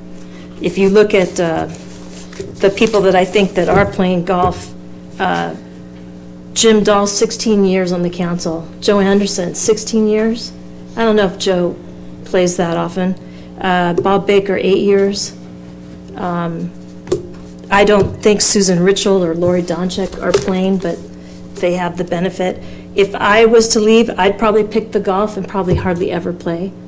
But I think if we're talking about money here and that's the reason, this city council is the best deal that this city has. And even our employees have said that. We get $4,800 a year as compared to, if we got paid what Mission Viejo got paid, it'd be $5,000 a month for these people instead of $4,800 a year for each one of us. So let's be real, the money, it's an added benefit. You know, you paid your time here, you didn't make any money, and you put in countless hours. I'm not for raising the pay because I'd never wanted people to be sitting here to get the pay. And that's why we did it, and we've always kept it low. I think that's why it goes back for decades that we've kept it low. It's because people want to be here and put in the time. So I'm not going to be for changing it, but I certainly, I appreciate the work that Scott did, bringing the policy forward and clarifying it. I think we had to do that in our updating of our policies, but I don't want to change it. So that's where I'm at. I think it's ridiculous to say that we're wasting the people's money because we're the best deal. We're paid, I think, the same as most of the committees. Oh, thank you, Mr. Mayor, and thanks for the report, City Attorney. Well, I know when we brought this back, Dan had brought it up, and we voted to bring this back, and you had indicated, Mr. Mayor, that we would not go back. We didn't want to go back, so we all agreed on that. So whatever is. I echo some of the sentiments from the speakers tonight.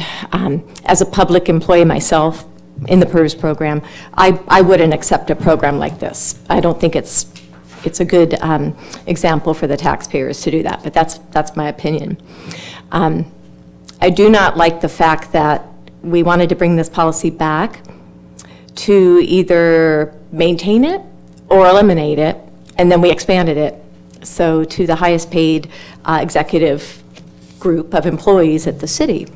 So I'd like to suggest, if I may, that we take out, if Scott, if this would work, and I'd like your advice on this input, we take out the city council members. Does that eliminate the executive team as well? And then we just allow for employees, and I'd like to cap it at that, at $50 or $100 or something. So if we eliminate council, as some of my members here had indicated tonight would be fine, does that eliminate the executive team and that problem that you solved by adding them in tonight? If we eliminate council, does executive team go away? Yeah. And we just focus on employees, staff? Yeah, Mayor and Council, to answer that question, there are a couple of alternatives that you could consider, and each has some risk attached to it. But yes, I'm looking at page 9C-6. That's where the heart of the policy is. And by taking out that first bullet that relates to director and benefit employees and city council members, and leaving the second bullet, you would accomplish the purpose of making the benefit available only to long-tenured employees and not to council members. The directors and managers would have the benefit of the second bullet. One possibility that you could consider with regard to council members is having that go into effect for people who take office after December of 2020. So when you change compensation up or down, you can only have that become effective for the next council, people seated in 2020. So one possibility that avoids all the drama and all risk, if you're going to take it away from council members, would be to leave that first bullet in, but have it effective for people who take office after December 1st, 2020. Thank you. That's what you would do. And I didn't mean to steal your idea or run with it, Councilmember Ferguson, but if you were changing the compensation for council, that's what you would do. You would have it take effect under state law for the next council, so to speak. So I have a question. Brad brought up that if we do adopt this policy as it's written this evening, that it would apply to all past directors. Is that an accurate statement? No, no, they have to be current employees. Okay. Yeah. And by the way, I checked with HR, there's a real clear definition of who's a director under your HR policies, so that there's no mystery about that. Okay, so with that, I'll make a motion that, I move that we adopt amended policy and procedure 1203-1, city-issued swim, parking, golf pass for designated retirees and council members to be effective, whatever date that you just said, Scott, 2020, November. Well, you'd have it go into effect right now unless you wanted it to sunset, then we'd have to amend that bullet. What was the thing that you just said a second ago, though? To have it sunset as regarding council members? Yeah. You'd adopt it as presented, except in that first bullet. Can I just read it to you so you can see? It'd say, all senior director and above benefit employees and city council members who take office prior to December 1st, 2020 and leave city service in good standing. Then if you didn't take office before that, that bullet would sunset. 2020 would be eligible for it, then after that it wouldn't be. Okay. Okay. So that's my motion. As a bridge by him? Yeah. Is there a second? Second. Further discussion? They're going to want to raise. So that would apply then to senior directors. How would that work? The senior directors. If they're here now, they're entitled on the same terms as council, but after that, then they take subject to the common policy that would be available under the second bullet to every employee. I'd like to amend the motion to have a cap of $100 a year for the gift. I would second. I'll second it. All right, well, then we'll vote on the amendment first. All in favor? Aye. All opposed? Opposed. So then this amendment is defeated. We can't hear you. You're not speaking into the speakers, your microphone. The amendment to the motion is defeated. And then I'll call for the vote on the actual motion. All in favor? Aye. All those opposed? No. Okay. You got that? Okay.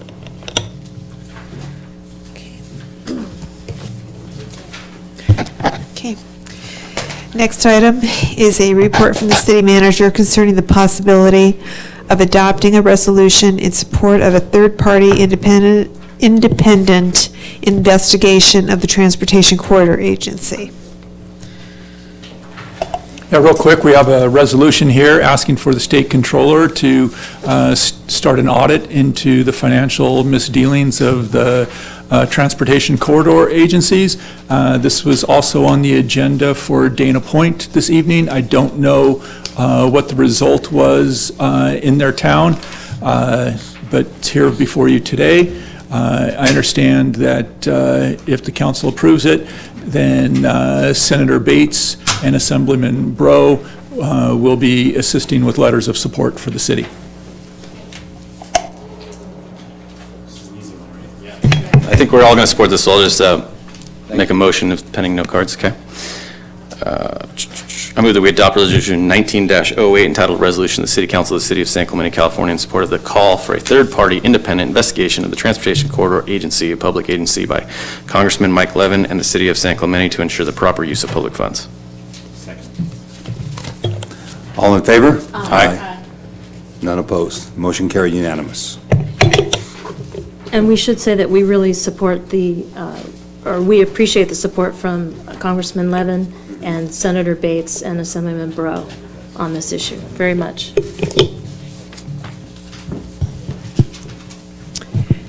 Oral Communications Part 2.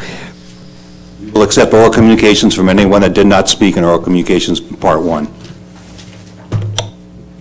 Did you speak on number 1? I did speak in one. You did not? I did not. No, I didn't. Excuse me, Joy, I could is check that it. our rule in there? Okay. I did not.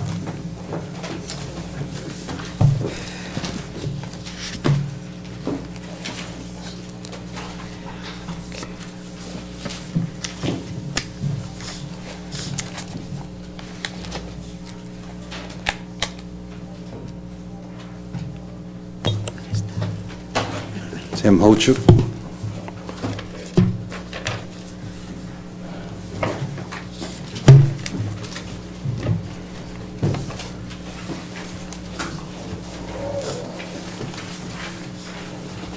Good evening, Mayor and council members. My name is Tim Houchin.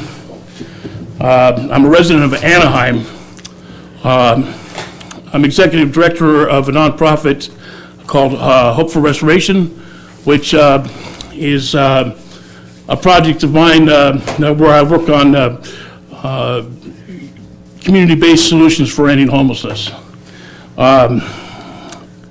I need to tell you also that I was a homeless person myself. Between 2011 and 2015, I lived at the Santa Ana Civic Center, which was considered at one time as one of the worst types of homelessness that you could be. If you were from there, you were really bad.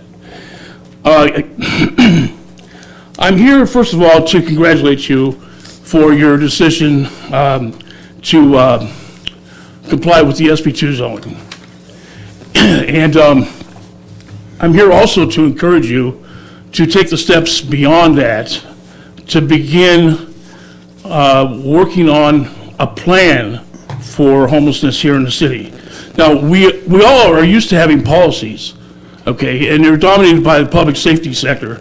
And so, which means we're going to criminalize homeless people when we do that. But if it will never solve homelessness itself using law enforcement.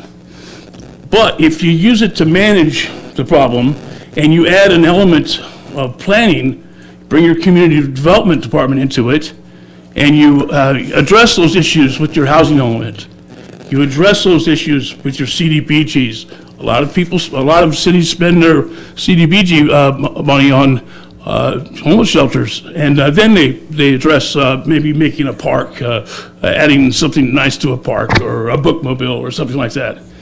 But the point is that in your decision-making process, try and I encourage you to try and find a solution for the problem, because it's rooted in our communities. It really is a sickness that we need to address, because it's not going to go away on its own. And I'm very, very confident that the solutions all are right before our eyes. We don't need to go to Washington. We don't need to go to Austin, Texas, or any other place to find the solutions. They're right here in our communities. But we have to, first of all, we have to have some level of understanding that these people, most of them come from our very communities. They don't wander very far from where they become homeless. Very few people go on tour all over the country or up and down the coast when they're homeless. There are some that do. But I also am concerned is at the North Beach, there's been some problems with harassment of people there. And it's one of my grave concerns, and I would hope that that could be addressed as well. Thank you very much. Thank you. Mark. Good evening again, Mayor and members of the council. I want to thank you. It's not very nice to thank you by extending your night 3 minutes longer, but I do thank you, and I just wanted to comment on the other item that was, quasi brought up in connection with the minutes, and that's the housing element and affordable housing. I've worked with USA Properties. We did the Vintage Shores project, which was 120 units in town. I worked with Talega and their partnership with Jamboree. So I've worked on affordable housing projects in the past, and I want to say that I'm working with a affordable housing developer right now looking for, and we think that there are good opportunities in town.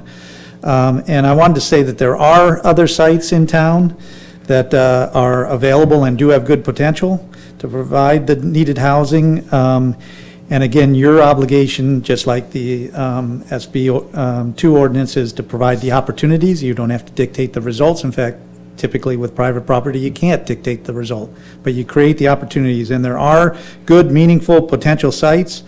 And Short Cliffs is not by any means the only site.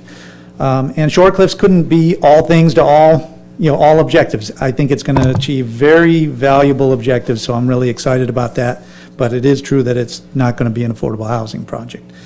There are always additional things that you can do to create more opportunities or to make the opportunities that are there even more enticing for affordable housing projects. And as you move forward with your housing element updates and reviews, I'm looking forward to participating in that, and I hope the Kennedy Commission participates in that. And I think that just like we have in the past with USA Properties and with Jamboree out at Talega, I think that there will be further affordable housing projects, quality projects done in the city. So thank you very much. Yeah, Brad, next time, do not put down agenda item, this item, because that was considered to be open item.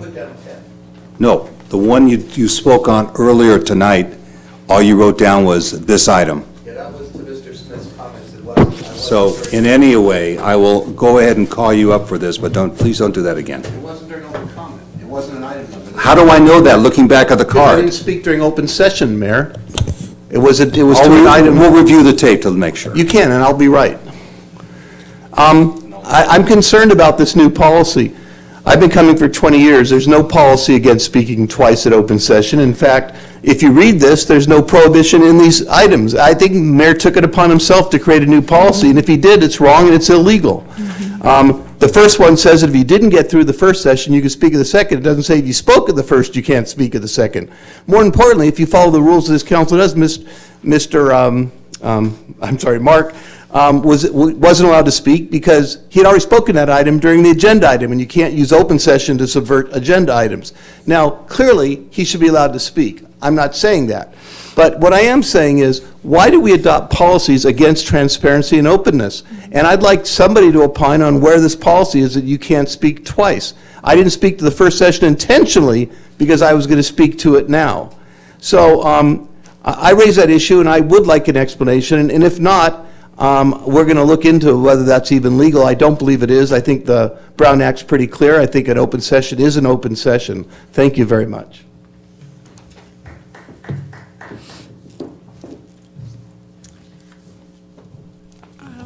City Manager? City Attorney? Nothing more tonight, thank you. Council members? Yeah, I'll just want to bring up that this is National Autism Week, and as a parent of a kid on the spectrum, I appreciate any type of attention brought to the matter of a lot of families that deal with this in our community and without. So I just want to give an update. I filled in for Mayor Swartz at the CEP meeting this week, and it was last week, and it was a very long meeting. There was a lot to discuss. Discuss the fines that the NRC imposed on SCE, and also discussed some new issues that they found with gouging and scraping of the canisters. And I will not, my intelligence level to talk about those issues, since I'm not an engineer, is not quite high enough, so I'm going to work with the city manager to bring Edison and hopefully even the NRC in, if we can, for a presentation on what they found and what they're doing. I've already talked to them, invited them out to have a brief presentation. The one that I listened to was 45 minutes. So we won't do that, but I did attend it. So thank you, Mayor Swartz, for letting me endure that 4 hours. And I think it's an important issue for the community, so we're going to have them here to speak. I did have a couple of items I wanted to bring up. Parking in the Pier Bowl. We've got a lot of things going on, cost increases in the city, and I think that's one area of low-hanging fruit, that if we wanted to consider a price increase and also extending the hours that people have to pay for parking to midnight. I think a lot of cities are doing that. I think that's an area where we can make revenues on tourism, et cetera, and apply that to some of the additional costs like temporary homeless shelter and things that we're doing. So I'd like to look at that. And as part of that, I'd like to look at peak pricing, what we can do with that. And perhaps either bring that back for a coastal development permit or do that as part of our Pier Bowl specific plan update. I don't know what the most efficient, cost-effective way to do that is, but I'll leave it to staff to help us with that. And then, do you want to start there or do you want me to finish? I was going to say, I'd be supportive of that as long as you expand it to all metered parking in the city. Sure, yeah, I'd be happy to look at that. So, second is revisions to our temporary banner regs, and I'll give you context as to why I'm going here. The Sadegis own the property at the casino, and they wanted to do a temporary sign permit for the Jazz Night series, and our current regs require us to actually post it on the building itself. There can't be any other location. There's absolutely no discretion for staff to deviate that for places like historical structures where you may not want to put a temporary banner on a historical building like that. So I'd like to look at giving city planner a little bit more discretion in terms of where those temporary signs would be located.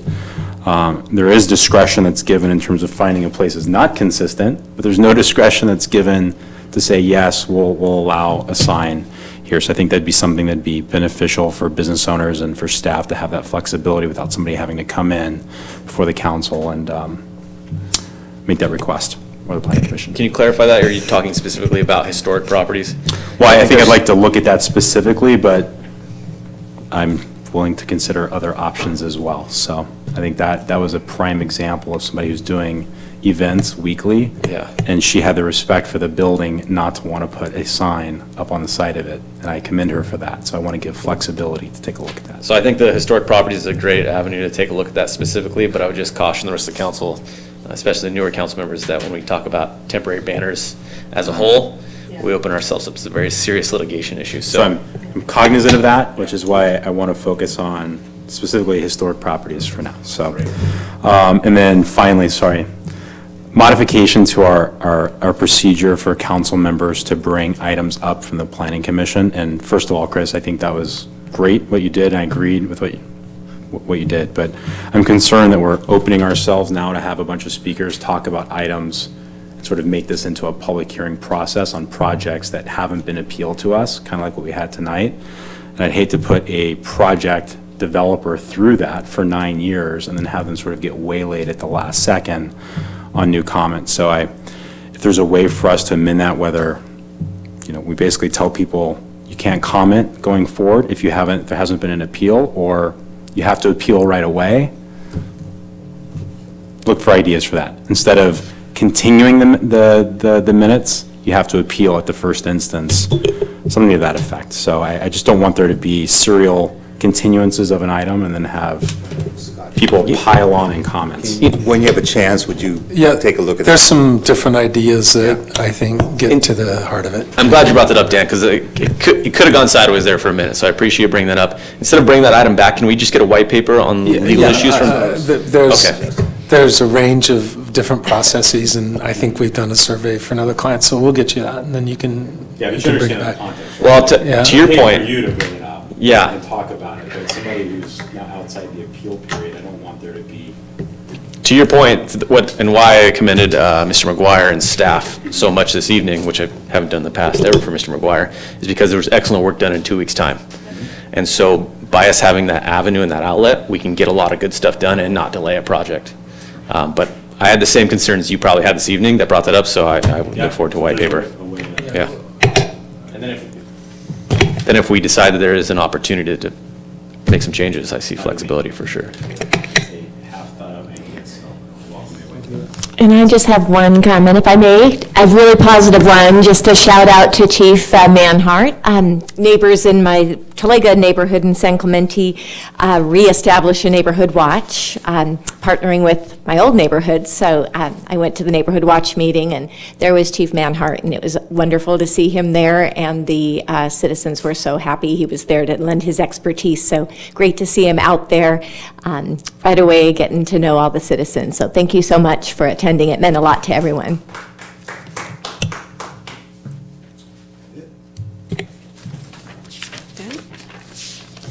In that case, I would just ask you to adjourn. The next regular council meeting will be held on Tuesday, April 16th, here in the council chambers. Closed session items will be considered at 5, and the regular business meeting will commence at 6. Just kidding, my motion is exactly what Joanne just said. Okay. Is there, all in favor? Aye. We're out of here.